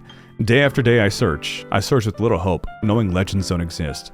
When all else has failed me, when all others have turned away, the legend is all that remains, the last dim star glimmering in the twilight sky.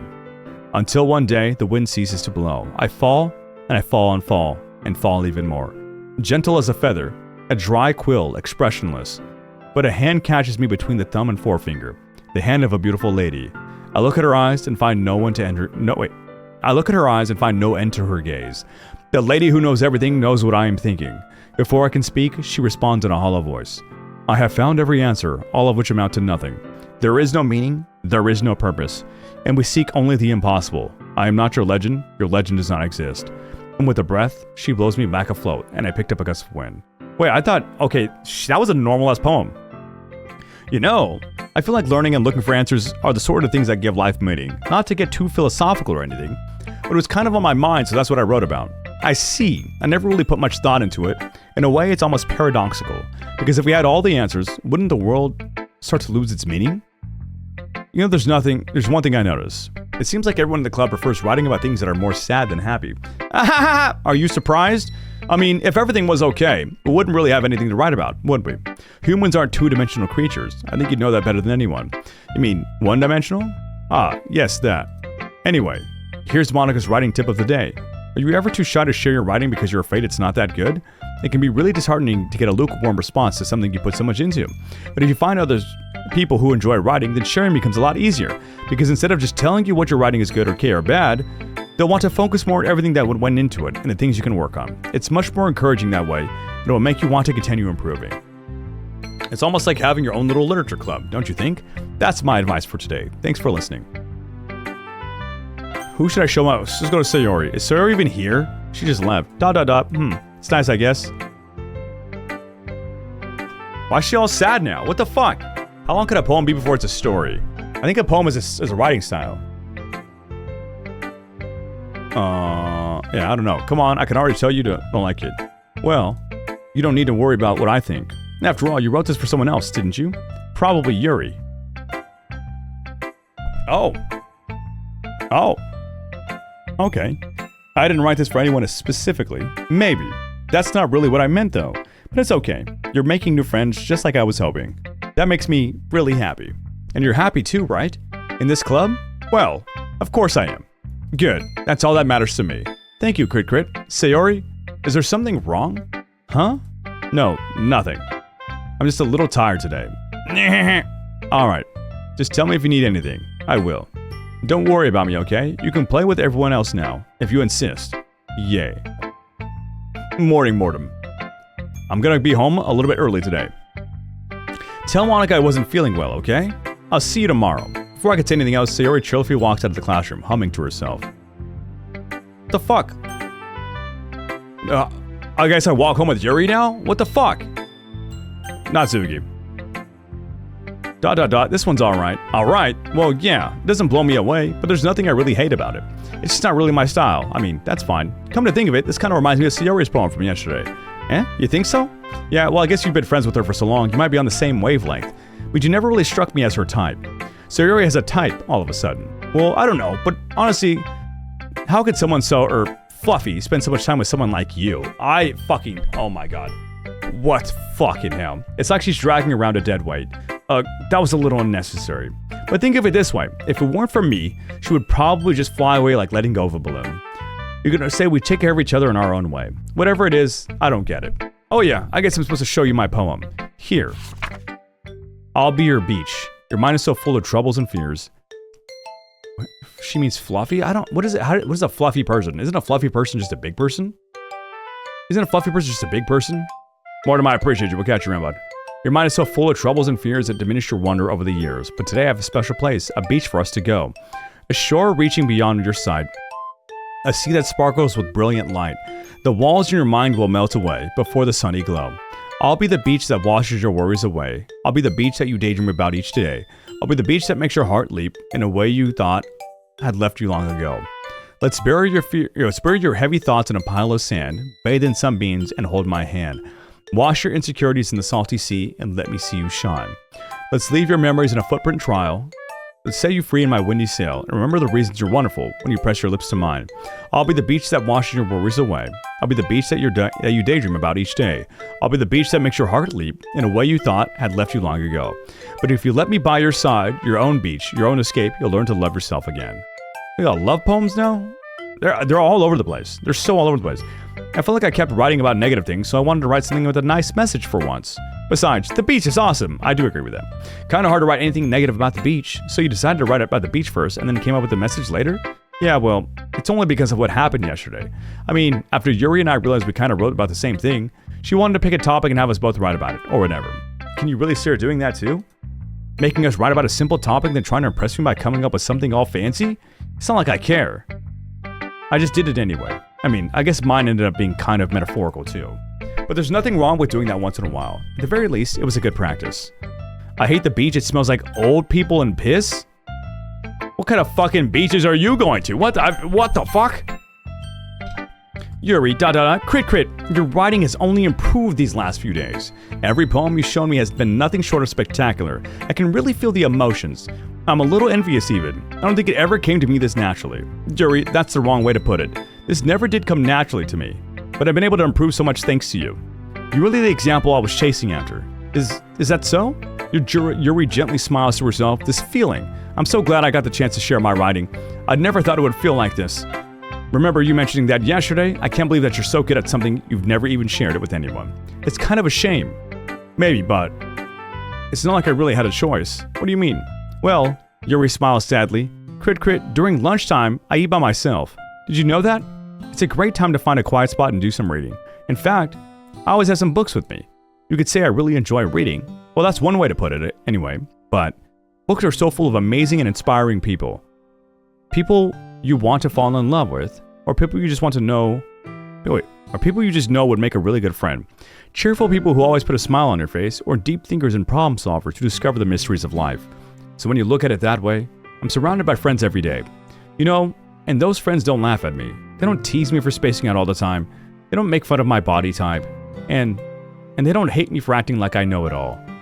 People say that about you? I'm not a know-it-all, Crit. It's the opposite. I don't know anything. I don't know how to talk to people. I don't know how to make people see me as normal. I don't even know how to make myself happy. I have all these feelings, and all I could do with them is read and write. But it wasn't until now that I started sharing it with you that I really understood what was missing all this time. But I haven't really done anything. No, that's wrong. Just being patient and respectful. That's really important to me. I know I'm a difficult person, Crit. I speak too slowly. I second-guess myself all the time. I read too deeply into things. But every time, you've always treated me just like anyone else. It's so rare that I feel comfortable with myself when I talk to others. But that's why every time I talk to you, I just feel really happy. I see. Well, I treat you how you deserve to be treated, Yuri. And if other people don't see it that way, then screw them. I mean, I joined this club hoping I would make friends. And I would say I've had at least one success. Wouldn't you? If you put it that way. Yeah, we really are friends now, aren't we? Yuri puts her head in her hands, but this time she's smiling as she does it. Do you want to show me your poem? Yeah, I do. Let me get it for you. Ghost Under the Light Part 2. The tendrils of my hair illuminate beneath the amber glow. Bathing in the distance, a blue-green light flickers. I'm fucking sick of these poems. A lone figure crosses its path, a silhouette obstructing the eerie glow. My heart pounds, the silhouette grows. Closer. I open my umbrella, casting a shadow to shield me from visibility, but I am too late. He steps into the street line. I gasp and drop my umbrella. The light flickers. My heart pounds. He raises his arm. Time stops. The only indication of movement is the amber light flickering against his outstretched arm. The flickering light is in rhythm with the pounding of my heart, teasing me for succumbing to this forbidden emotion. Have you ever heard of a ghost feeling warmth before? Giving up on understanding? I laugh. Understanding is overrated. I touch his hand. The flickering stops. Ghosts are blue-green. My heart is amber. She loves us. Finishing the poem, I start to hand it back to Yuri. But instead of taking it from me, she looks away. Do you dislike it? Oh, no, of course not. I just don't really know how I should respond. Despite Yuri's poem usually being cryptic, it wasn't hard to figure out what this one is about. Also, this clearly isn't the poem that Natsuki said she wrote about, meaning I'm probably the only one she's showing this to. I don't know if I'll be able to explain this one. That's fine. I understand this one. Yuri is having an even harder time speaking than usual. Does this one mean a lot to you? Yuri nods. I'm not really good with words, but I'm happy that you shared it with me, so thank you. And I hope we keep spending time together. Despite my inability to make eye contact, I see a faint smile emerge on Yuri's lips. I once again try to hand the poem back to her, but instead Yuri gently takes my hand and pushes them back towards me. What? I hesitate in response to her warm touch. You can, the poem is... Once again, Yuri fails to form a complete sentence. You mean I can keep it? Yuri nods. I'd love to. Again, Yuri faintly smiles if she doesn't want me to notice. You always make me feel nice. I know I'm not good with people, but I hope that I can return the favor sometimes. Yeah, don't worry. I think you did a good job. Yuri finally turns it back toward me. I guess we should move on before Monika says something. But I'm sure we could talk again later. Yeah, I'm sure we will. With that, Yuri timidly smiles at me and I return to my seat so I can put her poem away. Okay, you three, I'm having an aneurysm. We're all done sharing poems, right? Yeah, woo! Why don't we start figuring out... Hold on a second. Is it just me or did you say something strange just now? What? Eh? Something did sound a bit unusual. That's right. You deviated from your usual catchphrase when addressing the club. Catchphrase? I don't have a catchphrase. Jeez, why is the mood so weird today? Look, even Yuri isn't immune to it. Stagnating air is common foreshadowing that something terrible is about to happen.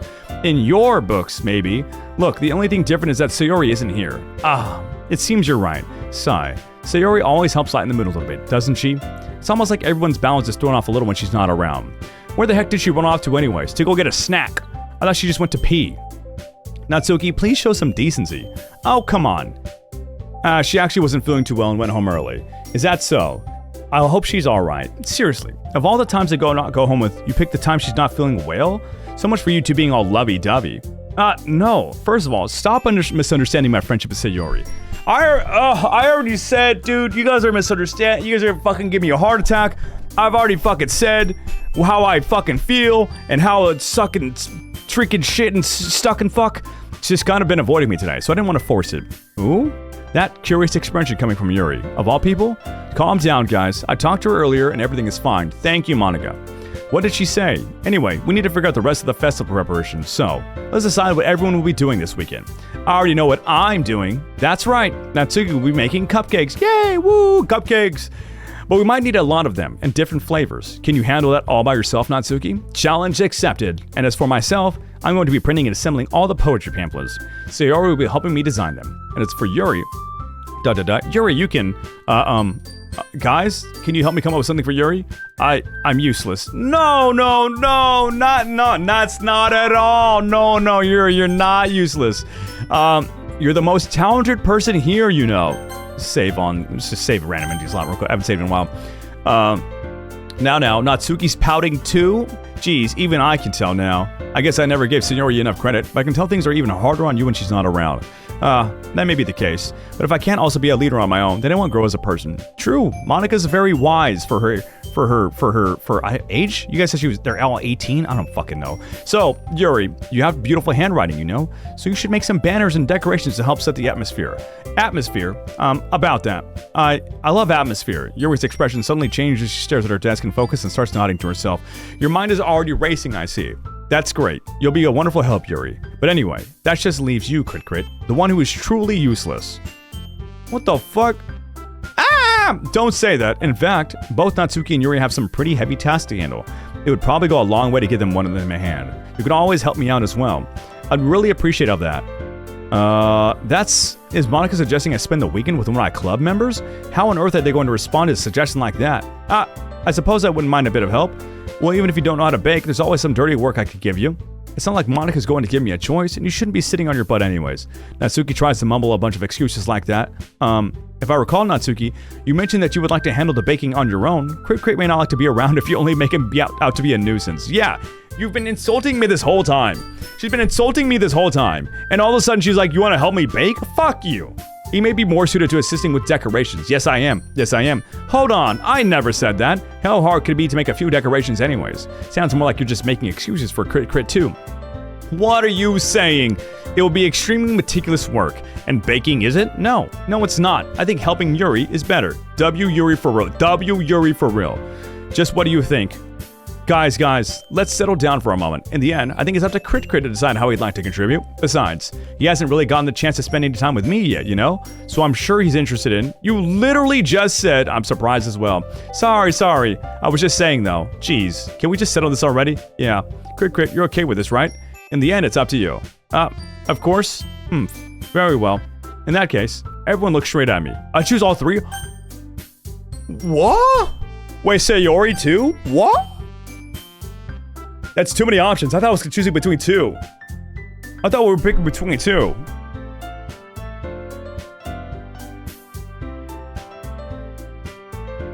Let's think about this. Sayori is actively pushing us away right now, which is bad, right?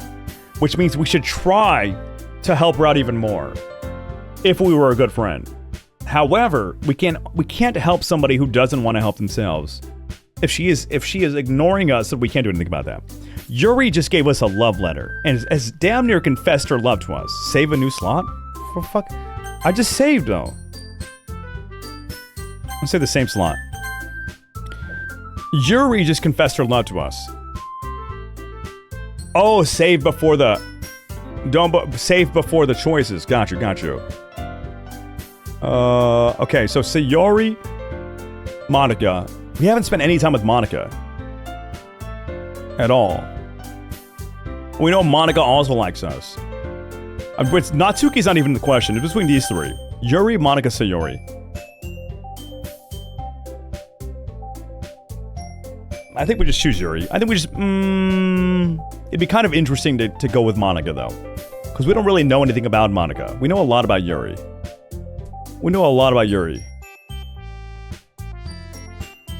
Let's... Sayori has a dot. Fuck, dude.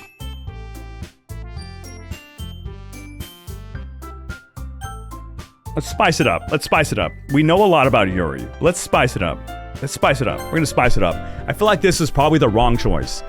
So we're gonna spice it up. I guess she'll probably be helping Monika. Yay, you picked me. Hold on one second. Yeah, Monika, you're the one who needs the least help out of all of us. But I agree with Natsuki. Not only is your work already most suitable for one person, but you already have Sayori as well. But Kritur was the one who, that doesn't matter. You were the one who scared him into picking you in the first place. You were the club president, Monika.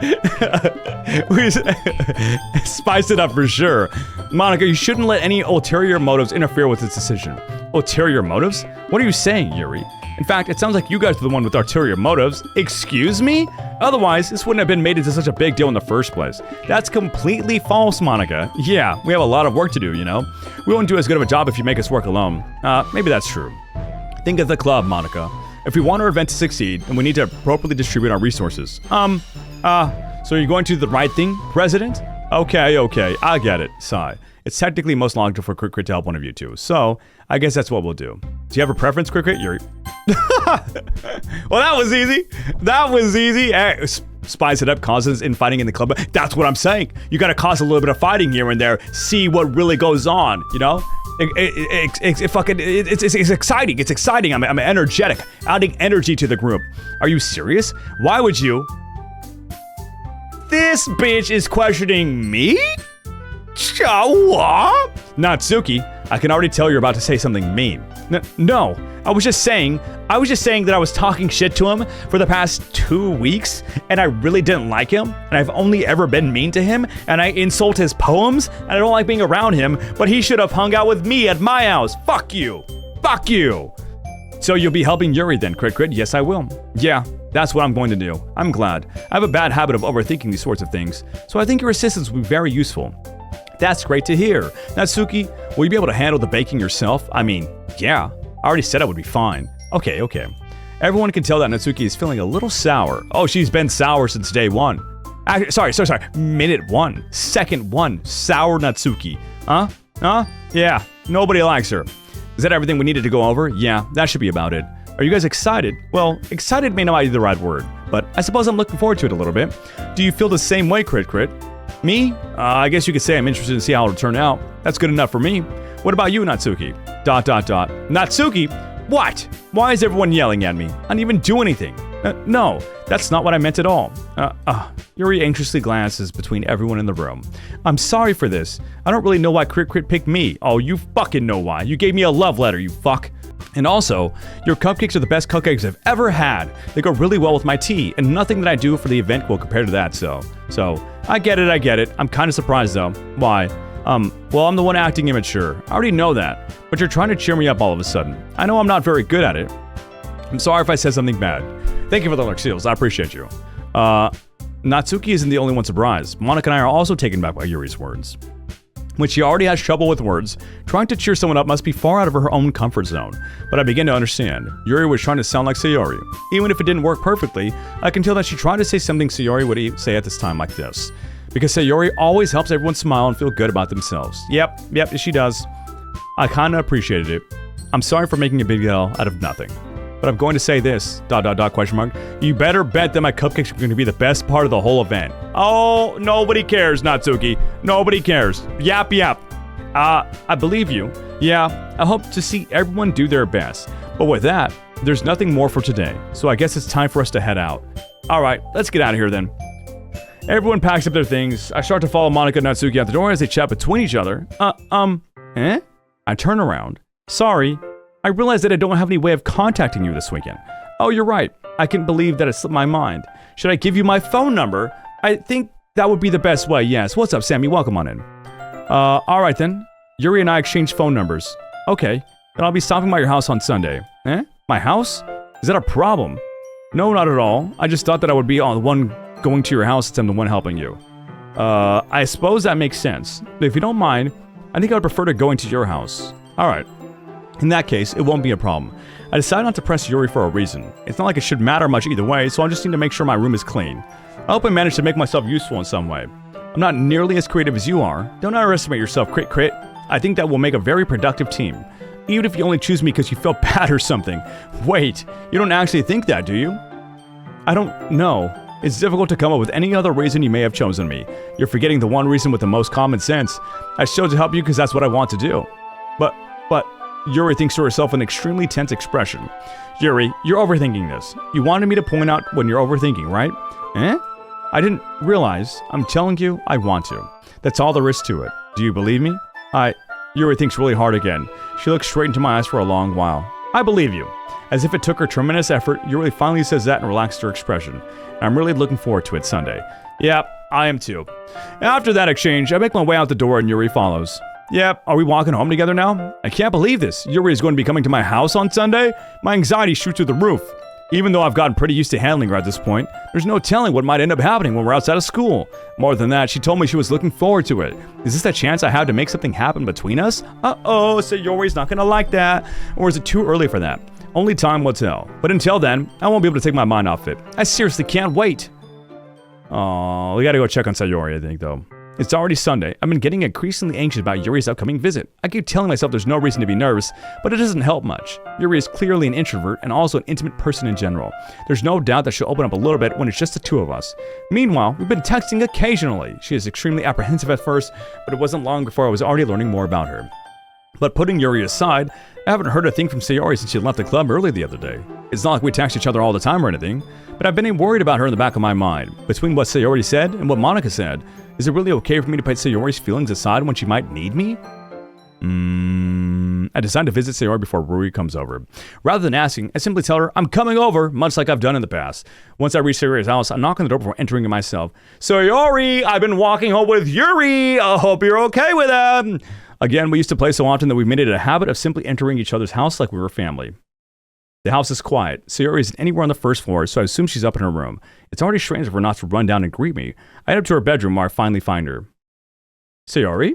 Hi, Krit. What's up? Well, she looks all adorable in her non-school outfit. It's all pink, like super pink. Ruh-roh? Nor? What? Hi, Krit. I sit down in her room. Sayori forces a smile, but it's easy to tell that she's different. There's a minute of silence between us. You haven't come over like this in a long time, have you? I guess you're right. It's been a long time. Not much has really changed, has it? Sayori's room is as messy as it always has been. It's not even that messy. It's got one piece of paper, like one shirt. Oh, I guess there's jeans over there. I mean, this is not bad. I also recognize the same stuffed animals and wall decorations that she had for years now. If you came over more often, it wouldn't be such a mess. That's because I ended up cleaning it for you. How come you suddenly wanted to come over today? Aren't we supposed to see Yuri today? How does she know about that? How the fuck she know about that? You weren't in the club. How did you know that? Sayori had already left by the time we decided to leave the last meeting. Monika told me. That Monika bitch. That Monika bitch. Okay, I'm trying to warn everyone. Sensitive stuff incoming. Let's not spoil. How about that? Let's go ahead and leave that out. There's trigger warnings at the top if there's like shit coming up, but like I think everybody here knows exactly what's going on. Well, fuck. Okay, well, shit. Alright, well, I don't know. Well, I guess we'll be prepared. That's true. But what about you? Aren't you going to be helping Monika today? Of course. But I'm just helping her online. We didn't plan to meet up or anything, so it's just me and Yuri then. Yep. There's more silence between us. Sayori stares in a random direction. Everything about her behavior is really uncharacteristic. I finally get to the point. I just wanted to see how you were doing. After you left on Friday, when something's wrong, you can't hide it from me. I know you too well. So, Sayori smiles, shaking her head. That's no good, Krit. Eh? Why can't it just be like it's always been? What do you mean? This is all my fault. What? I didn't get so weak and accidentally express my feelings. Oh. If I didn't make that stupid mistake, then you wouldn't have been worried about me at all. You wouldn't have come here. You wouldn't have even been thinking about me right now. Oh, she feels like guilty for giving me an ultimatum? This is just my punishment, isn't it? For what? I'm getting punished for being so selfish. What the fuck's happening? I think it's why the world decided to have you come over today. It just wants to torture me. Sayori? I grab Sayori by the shoulders. What on earth are you saying? Are you listening to yourself right now? I know something happened to you. There's no other explanation for you to be like this. So tell me already. Until I know, I won't be able to stop thinking about him. Sayori gives me an empty smile. You really put me in a trap, Krit. But you're wrong. Nothing happened to me. I've always been like this. You're just seeing it for the first time. Monika was right then. Monika was right saying that, like, she's only positive around me because she really likes us. Or the only reason we know her positive side is because it's of us. So she's really just like a normal person. So she's not annoying, and I feel bad now. She's just a normal person. Saying what? What are you talking about, Sayori? You're really just going to make me say it, aren't you, Krit? I guess I have no choice this time. The thing is, I've had really bad depression my whole life. Did you know that? Why do you think I'm late to school every day? Because most days I can. Oh, fuck. I'm a piece of shit. Oh my god, I'm a piece of shit. Oh my god, I'm a piece of shit. I'm a piece of shit. I judged. I'm sorry for judging. I'm sorry for judging. Oh, I'm sorry. I'm a piece of shit. Most days I can't even find a reason to get out of bed. What reason is there to do anything when I fully know how worthless I am? Why go to school? Why eat? Why make friends? Why make other people put their energy and caring waste by having them spend it on me?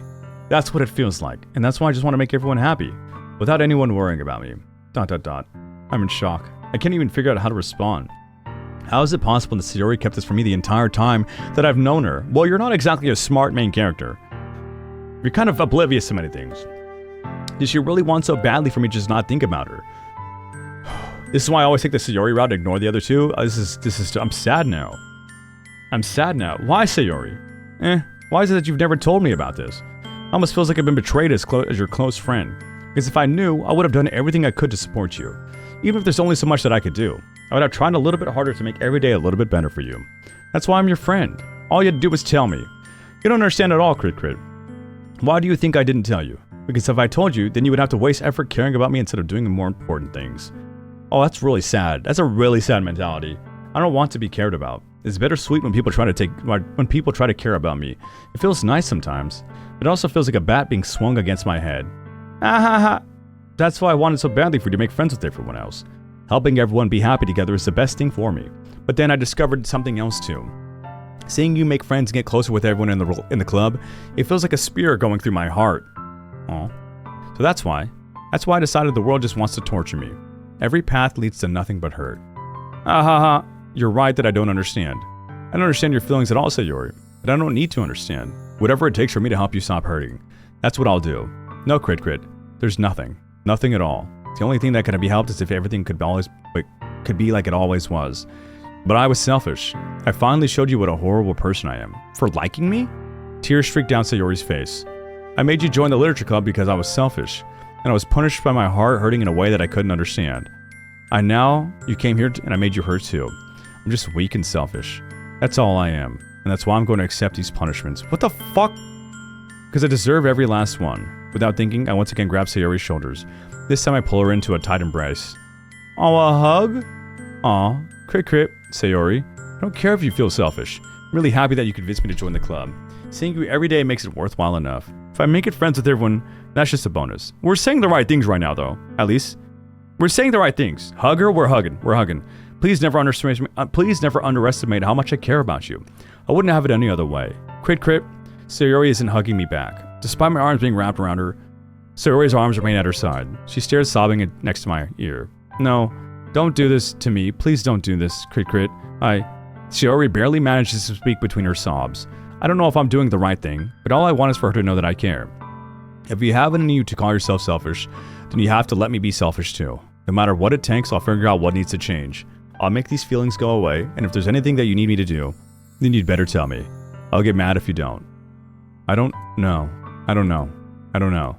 Gently, Sayori finally puts her arms around me in return. I don't know anything. It's all really scary. I don't understand any of my feelings, Kritur. The only time I'm not feeling nothing is when I'm feeling pain. But your hugs are so warm, and that's really scary too. Sayori lets me go. As she does, I let her go as well. The festival is tomorrow. Yeah. It's going to be fun, right? Yeah. How would you like for me to spend it with all of you? All with you. Oh, we're spending it all with her? It's what I want. Yeah, promise. I think that would be nice then. Yeah. Sayori wipes her eyes. If I could spend the whole day here, I would. Of all days, this has to be the one where I have other plans. Maybe I should cancel. No, don't. Please don't.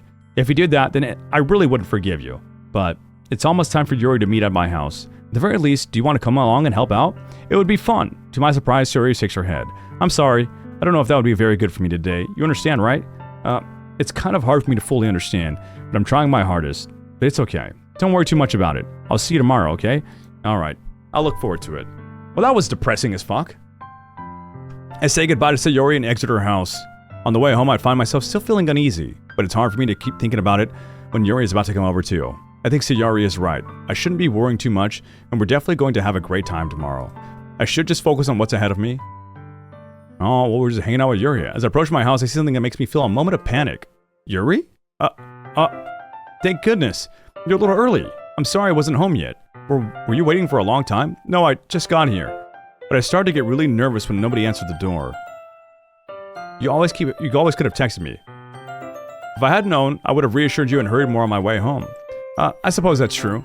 I didn't get that for some reason. It should be common sense to do that, but I decided to ignore it. Anyway, let's go inside. I see you brought a lot of stuff with you. That's right! And did you manage to find everything I asked you to buy as well? Yeah, pretty much. At least I hope I get everything right. I'm sure we'll be fine. Fucking arts and crafts time? What the fuck is this? What are we fucking doing, dude? We're doing arts and crafts. Do I at least get to design something? I take Yuri to my room. OMG, you're playing Peak. Chat, I lost my phone. Get your phone back. Get your phone back. Get it back. What's up, Yad? Welcome on in. The first thing she does is glance around curiously, which makes you feel anxious. It's so clean. I cleaned it before you came over, so it's very considerate of you, too. No. I'd be really embarrassed for my room to be a mess while you were here. Well, I do enjoy cleaning. I would have gladly helped you clean.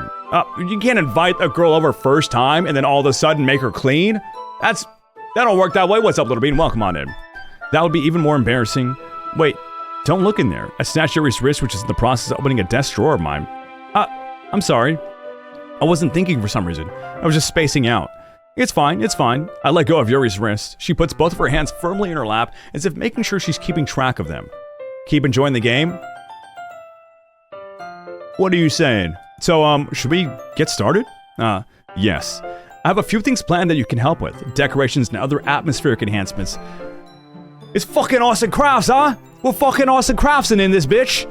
Gotta lurk and listen. Thank you for the lurks, Andrew. I appreciate you. Atmospheric enhancements. You know. Mood lighting. Aromatherapy candles.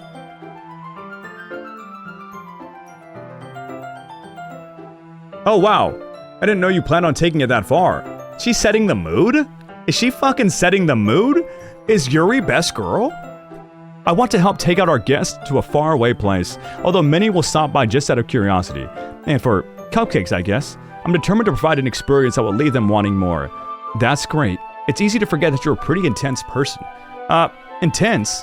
I guess that's the best way to put it. Is that a bad thing? No, not at all. It's something that I like about you, actually. Is that so? That makes me feel relieved and kind of happy. Yeah, no need to be so anxious. Yeah, quit being anxious. Hey, when you're mad, calm down. You're sad right now? Just smile. Just smile. Those emotions you're feeling, just stop feeling them, fucking idiot. This main character is the dumbest motherfucker ever. Ignore that his name is Kritur. That's not me. I am not saying those things. You can relax a little. Oh my fucking god. There's no way this guy's never talked to a girl in his life. He's never talked to a girl in his life. Oh my god. Relax. I brought some things for relaxation. I was going to use them during their poetry event. Oh yeah? Like what? Let's see. Yuri rummages through her bag. She pulls out a few candles in a wooden cylinder-shaped object.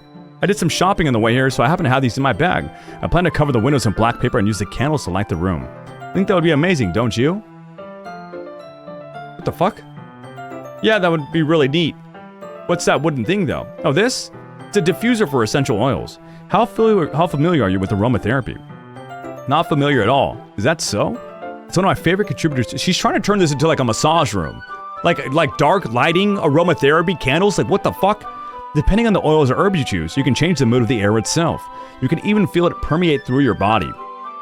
Relaxation, positive energy, romance, reflection. Romance, huh? It's almost like magic. Yuri takes the cylinder and pushes a switch on the bottom. In just a moment, a thin ray of vapor begins to spout through a small hole in the top. Wow, thanks. That smells wonderful. I don't know why I said thanks. What kind of mood is that one for? This is a jasmine ascension oil. It smells a little sweet and a little flowery, right? Crit, more like clit, ban that person permanently for the rest of their life. That's a good way to describe it. I chose jasmine for the event because it provides more than relaxation. Jasmine enhances your emotions and helps you feel them flow through your body. You can feel warmer and your heart pounds more heavily. Yeah, she's getting a little crazy, a little freaky. Don't you think that'll be perfect for sharing our poems? It does sound suitable, but you seem to know a lot about this, so I'll trust your opinions with anything. Yuri smiles gently, clearly enjoying herself. She again reaches into her bag and pulls out several spools of thin ribbon. What are those for? Well, did you purchase the origami paper I asked you to get? Yeah, I have it over here. We won't be using the paper for folding origami. What I'd like to do is write a different word on each paper. We'll need about 100 of them. Oh yeah, what will those be used for? Well, I'm going to cut pieces of ribbon to hang from the doorway of the classroom. Then we can fasten the paper onto the ribbons to create a doorway curtain. Wouldn't that be beautiful? It would also catch the eye of those passing by the room. It may attract someone to peek inside. It's really creative. I had no idea you'd be so good at this, Yuri. Is that so? Oh my god, dude. She can't take a compliment still. How are we this far into we're this far into the game, she can't take a compliment still. I fucking tell her she's good at creative, she freaks out. I tell her she got a good poem, she freaks out. I tell her I like her writing style, she freaks out. I tell her her handwriting's pretty, she freaks out. Nice shirt, she freaks out. What the fuck? Shut your bitch ass up. Fuck you! Have you ever thought about that? No, you didn't, because you're selfish. Well, I was supposed to do a little tense, as you'd put it. Yuri giggles with red cheeks. Is it just me, or is she more relaxed when she's just the two of us? Or maybe it's the excitement she feels from sharing something that she enjoys. Here's a marker, Kritur. You can write any characters you want. I'll be once I finish cutting the ribbons. Alright. Sitting on the floor together, the two of us get to work. I carefully draw a different character on each paper, doing my best to manage my bad handwriting. Yuri unravels a long strand of ribbon to her desired length. Kritur now regretting the Yuri route? Dude, I'm so shy. You've only been within hours of a day, Kritur. Don't rush.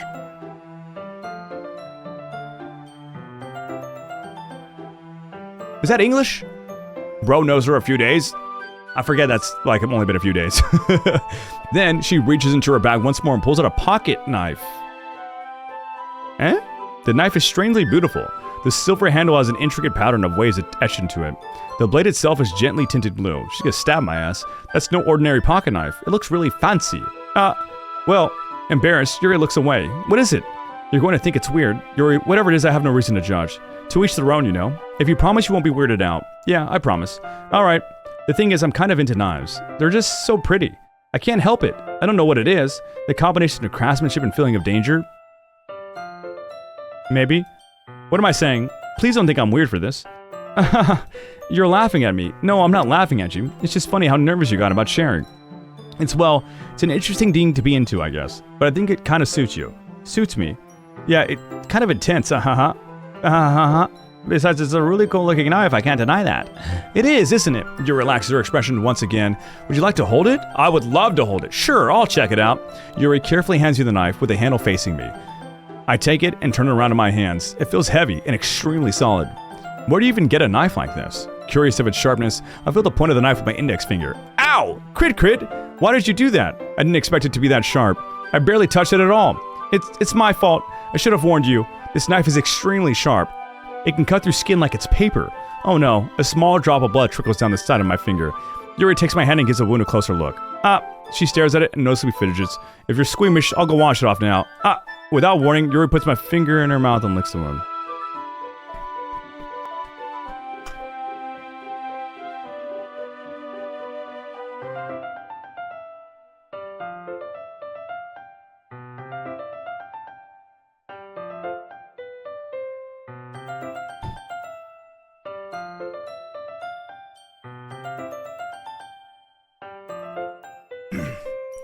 Sorry, my grandma called. Her pet snail got loose. I had to go get it. Her pet snail had to go. We got it. It's okay. We got it back. We got it back. Without warning, Yuri puts my finger in her mouth and licks the wound. I feel her tongue curl around my finger. Startled, I instinctively pull my hand back. Please forgive me. I wasn't thinking. Yuri lowers her head, her face burning up. Yuri? That's the most embarrassing thing I've ever done. How could I do something like that? I'm sorry. Sure, it was a little weird and it took me by surprise, but I guess she was trying to help, right? He can't be that fucking clueless. What are we doing?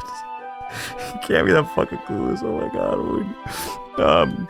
Yuri, I think you're overreacting a little. She doesn't lift her head. What if she doesn't recover from this for the rest of the afternoon? Alright, you know what? This might be a stupid thing, but I do it anyway. I take Yuri's hand and lick her index finger in return.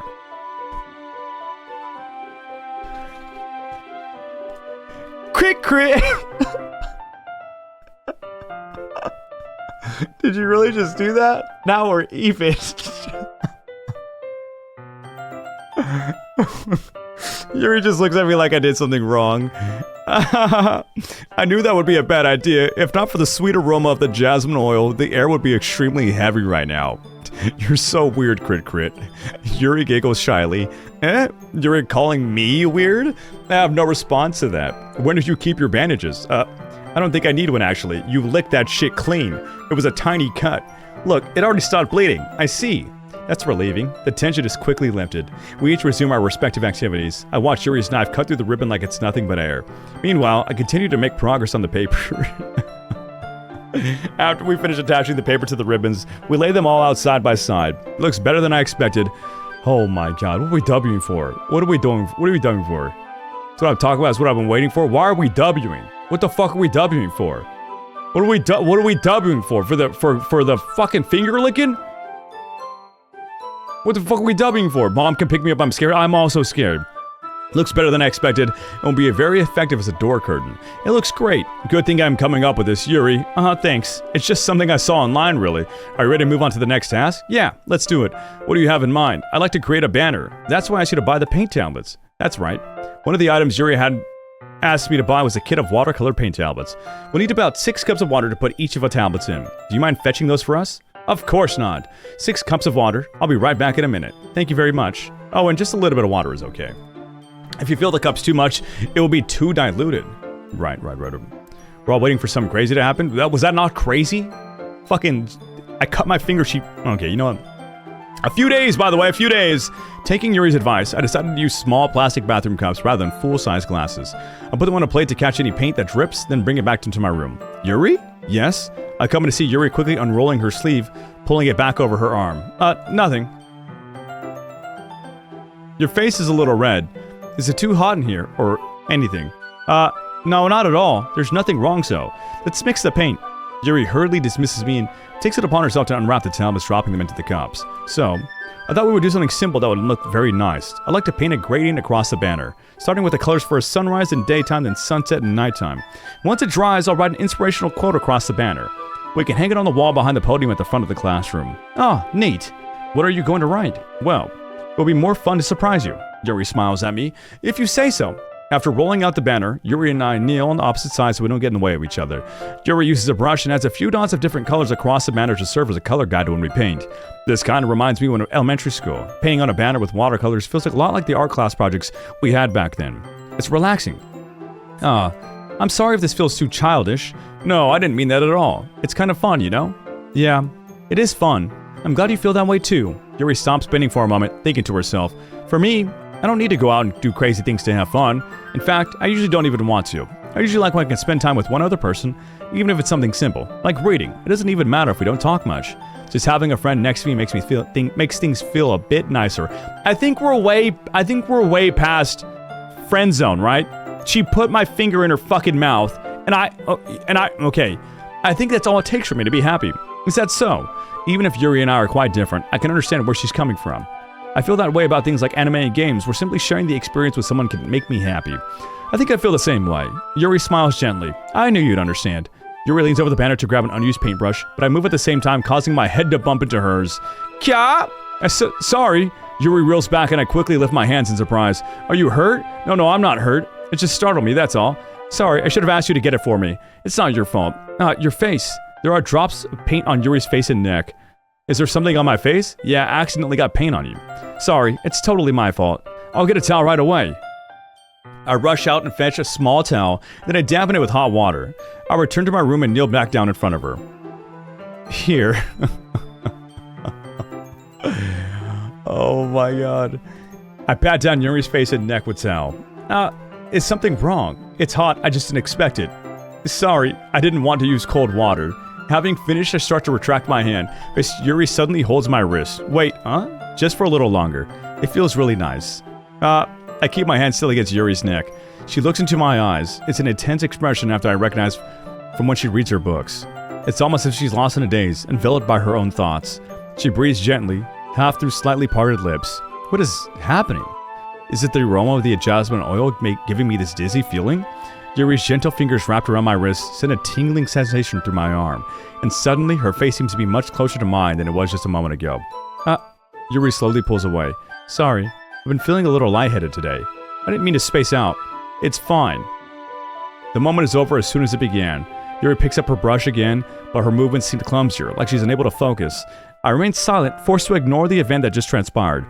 I hesitantly retrieve my own brush and continue following Yuri's example. That should do it. I finished filling the night sky with white dots that look like stars. Looking at the banner as a whole, it's very pretty and natural looking. I think it came out better than I expected. I'm really happy with the results. Yeah, me too. Are you going to add the lettering now? Not yet. It needs to dry first. That's true. Well, won't that take a while? Well, perhaps it would be best to leave it here, then have you bring it in the morning. I can do the lettering in the classroom before our event starts. Is that okay? That's totally fine. Wonderful. In that case, I don't think there's anything more for us to do here. Phew. Ha ha ha. You say that like you're glad it's over. Was I wrong to assume that you're at least enjoying yourself a little bit? No, it's not that. I'm just glad that we managed to get everything done. I see. I am too. I was a little concerned about time. I need to start making dinner soon. So you don't have any time left. I was secretly hoping we'd have extra time after finishing the work. Well, Yuri thinks to herself, I think it would be too irresponsible for me to wait much longer. I'm sorry. I was hoping there would be more time as well. It's probably my fault. Sorry for being such a slow worker. No, it's not your fault at all. And the more important thing is that we've got everything done right. Yep. So, I shouldn't be disappointed or anything. Gathering all her things, Yuri seems to look a little downcast. I understand why. It sounded like she rarely gets the opportunity to spend time with friends in a relaxed environment. But that doesn't mean this is the last time it can happen. This is it? Okay. Well, I would say that's it. She's got probably some sort of disease now from sucking on my finger. That's fine. All out. Yeah, okay. Once Yuri packs up, I'll walk her out the front door. Thank you very much for having me today. No problem. I'm glad I was able to help. Just let me know if there's anything else you need me to bring tomorrow. I will. Well then. Yuri fidgets. I guess I'll see you tomorrow. Wait, I kind of say without thinking. About today. It's fine that we didn't have as much time as wanted, because we can do this again. Whenever you want, you can come over, or we can go out somewhere. I forgot you don't like going out much. As I stumble over my words, Yuri simply smiles bashfully. Anyway, you know what I'm trying to say. You're very thoughtful, Kritur. Yes, I am, chat. You hear that? I'm thoughtful as fuck.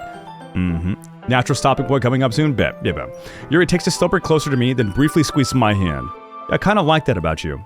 Well, how am I supposed to respond to that? I don't even get a chance to, as Yuri suddenly pulls back. Sayori? Eh? Hi, Kritur. Sayori, just now we weren't... It's okay, Kritur. I just stopped by to say hi. Well, it's nice to see you. I'm sorry, but I'm already on my way to leave. Oh, really? That's too bad. I'm sorry. But we'll all be together at the festival tomorrow, so that's fine, right? Of course. Sayori beams. That's the fakest smile ever. Yeah, so I'll see you tomorrow. Clearly embarrassed, Yuri hurries off. Sayori waves goodbye after her. Sayori, I thought you didn't want to come over today. Well, I tried staying in my room, but my imagination was being really mean to me, so I had to come over here and see it for myself. See what? What are you talking about? You know, how much fun you were having with Yuri, and how close you got to her. Oh, if only you knew the truth. My finger was everything. It makes me really happy that you've made such good friends. That's all that matters to me. Tears start to fall down Sayori's face. That's all that matters to me. Why am I feeling this way, Kritur? I'm supposed to be happy for you. Why does it feel like my heart is splitting in half? It hurts so much. Everything hurts so much. This would be so much better if I could just disappear. Sayori, don't say that. It's true, Kritur. If I wasn't here, then you wouldn't have to waste your sympathy on me. You wouldn't have to put up with me being selfish. Monika was right. I should just... Monika? Monika was right about what? Sayori, what I said before is true. I'm not going to let this continue. Caring about you like this isn't the burden your mind is making it out to be. It's something that makes me happy. It's something that I wouldn't trade for anything else. So even if it takes an entire lifetime, I'm going to be by your side until you don't feel any more pain. But, Sayori looks away. I put a hand on her shoulder to reassure her. I'm scared, Kritur. I'm really scared. What are you scared of, Sayori? I'm scared that I might like you more than you like me. Don't be scared of that. Let me calm your fears right now. I do. It's true. It's true. What you're thinking right now is true. Don't be scared anymore. It's okay. Sayori, it's true, isn't it? I was weak and started to like you too much. I did this to myself. Kritur.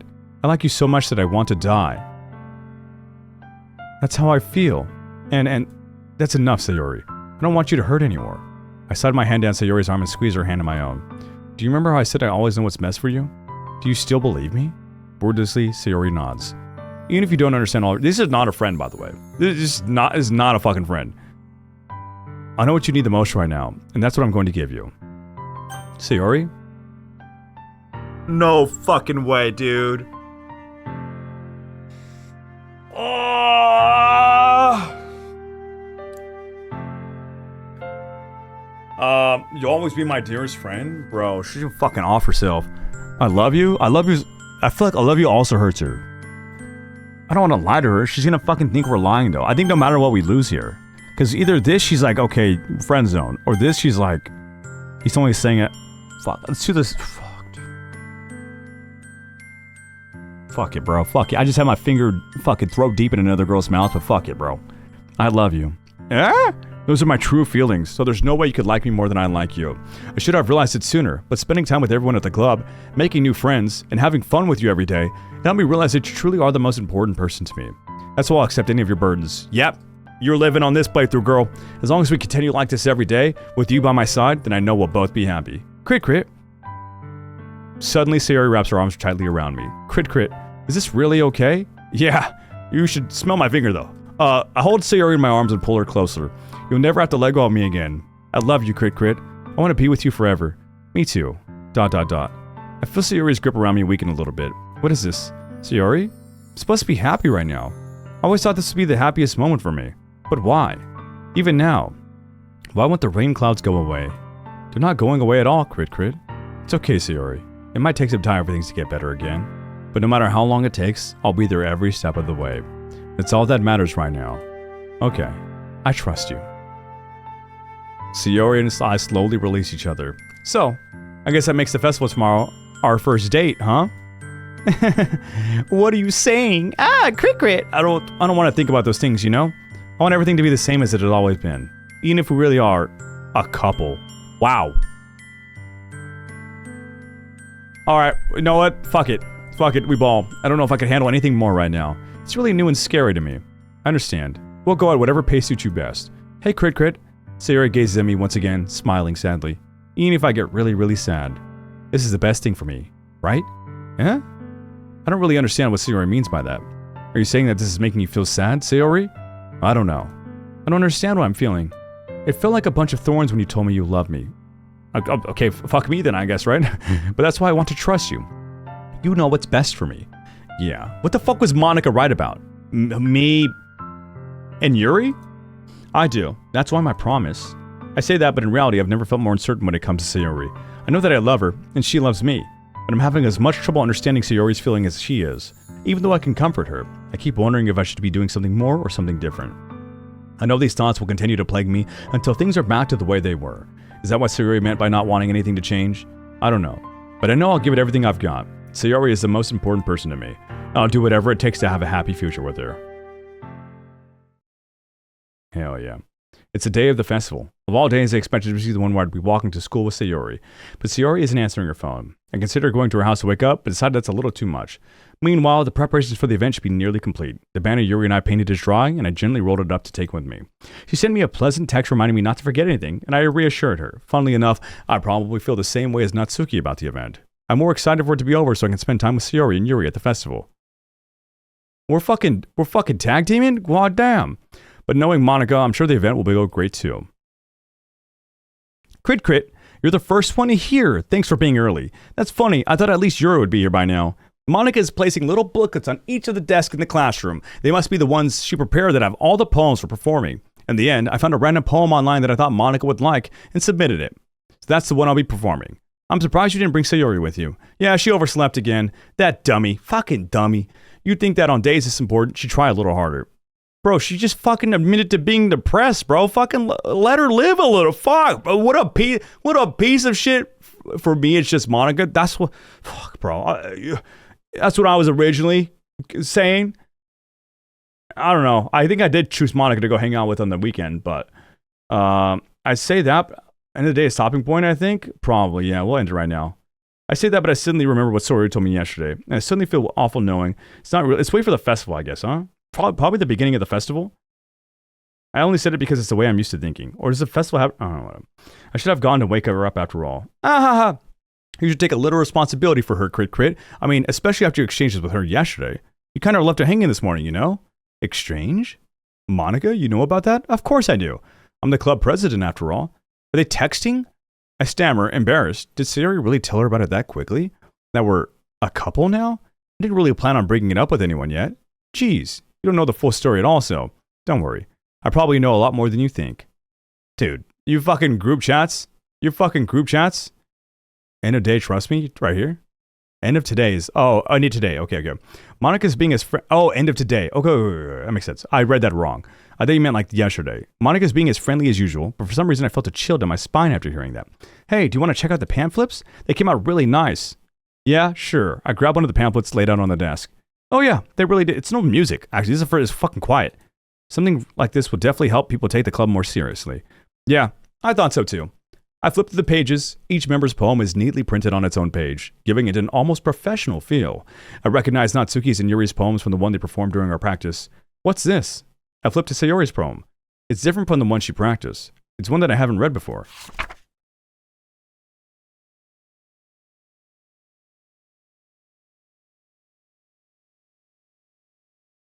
Just gonna scroll this down a little bit. Just gonna scroll down a little bit. Get out of my head before I do what I know is best for you. Get out of my head before I listen to everything she said to me. Get out of my head before I show you how much I love you. Get out of my head before I finish writing this poem. But a poem is never actually finished. It just stops moving. And Monika's gone. What is this? Reading the poem, I get a pit in my stomach. Kritur? What's wrong? Nothing. This poem feels completely different from everything else Sayori's written. More than that, I changed my mind. I'm going to get Sayori, so. Well, alright. Try not to take too long, okay? I don't trust Monika even a fucking little bit. I quickly leave the classroom. Don't strain yourself. Dude, she's a fucking snake bitch is what she is. Monika calls that out after me. I quicken my pace. What was I thinking? I should have tried a little bit harder for Sayori. It's not a big deal to at least wait for her, or to help her wake up. Even the simple gesture of walking her to school makes her really happy. Yeah, it's not like she explained that she's been depressed her whole fucking life. And she's scared. You fucking idiot. Besides, I told her yesterday that things will be the same as they always have been. That's all she needs, and that's what I want to give to her. I reach Sayori's house and knock on the door. I don't expect an answer. She's not picking up her phone either. Like yesterday, I opened the door and let myself in. Sayori? She really is a heavy sleeper. I swallow. Can't believe I ended up doing this after all. Waking her up in her own house. That really is something a boyfriend would do, isn't it? In any case, it just feels right. Outside Sayori's room, I knock on her door. Sayori? Wake up, dummy. There's no response. I really didn't want to have to enter her room like this. Isn't it kind of a breach of privacy? But she really leaves me no choice. I gently open the door.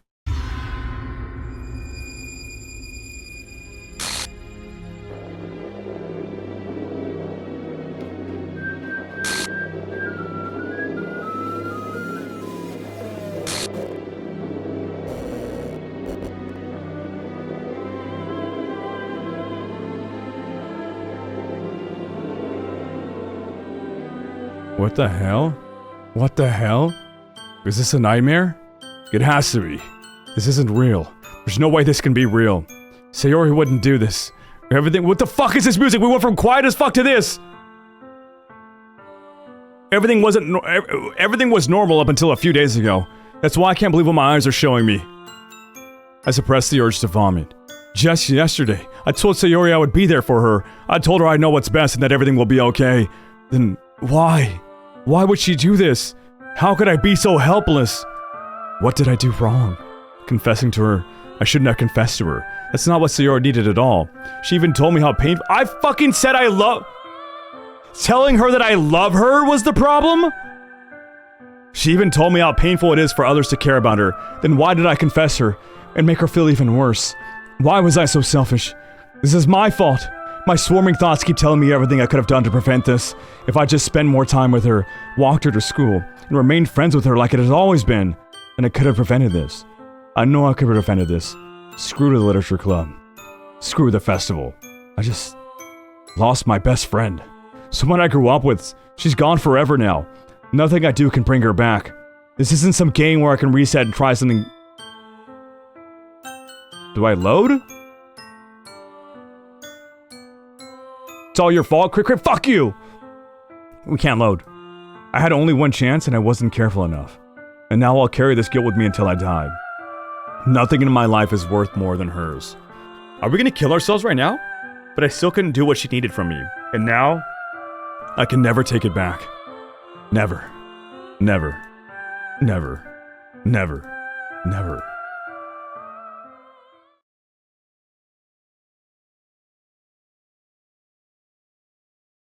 We just fucking lost?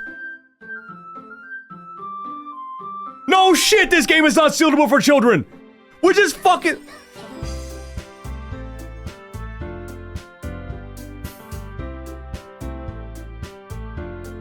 When she died, it showed the images of Yuri flashing across the screen too, and it like had weird festival music.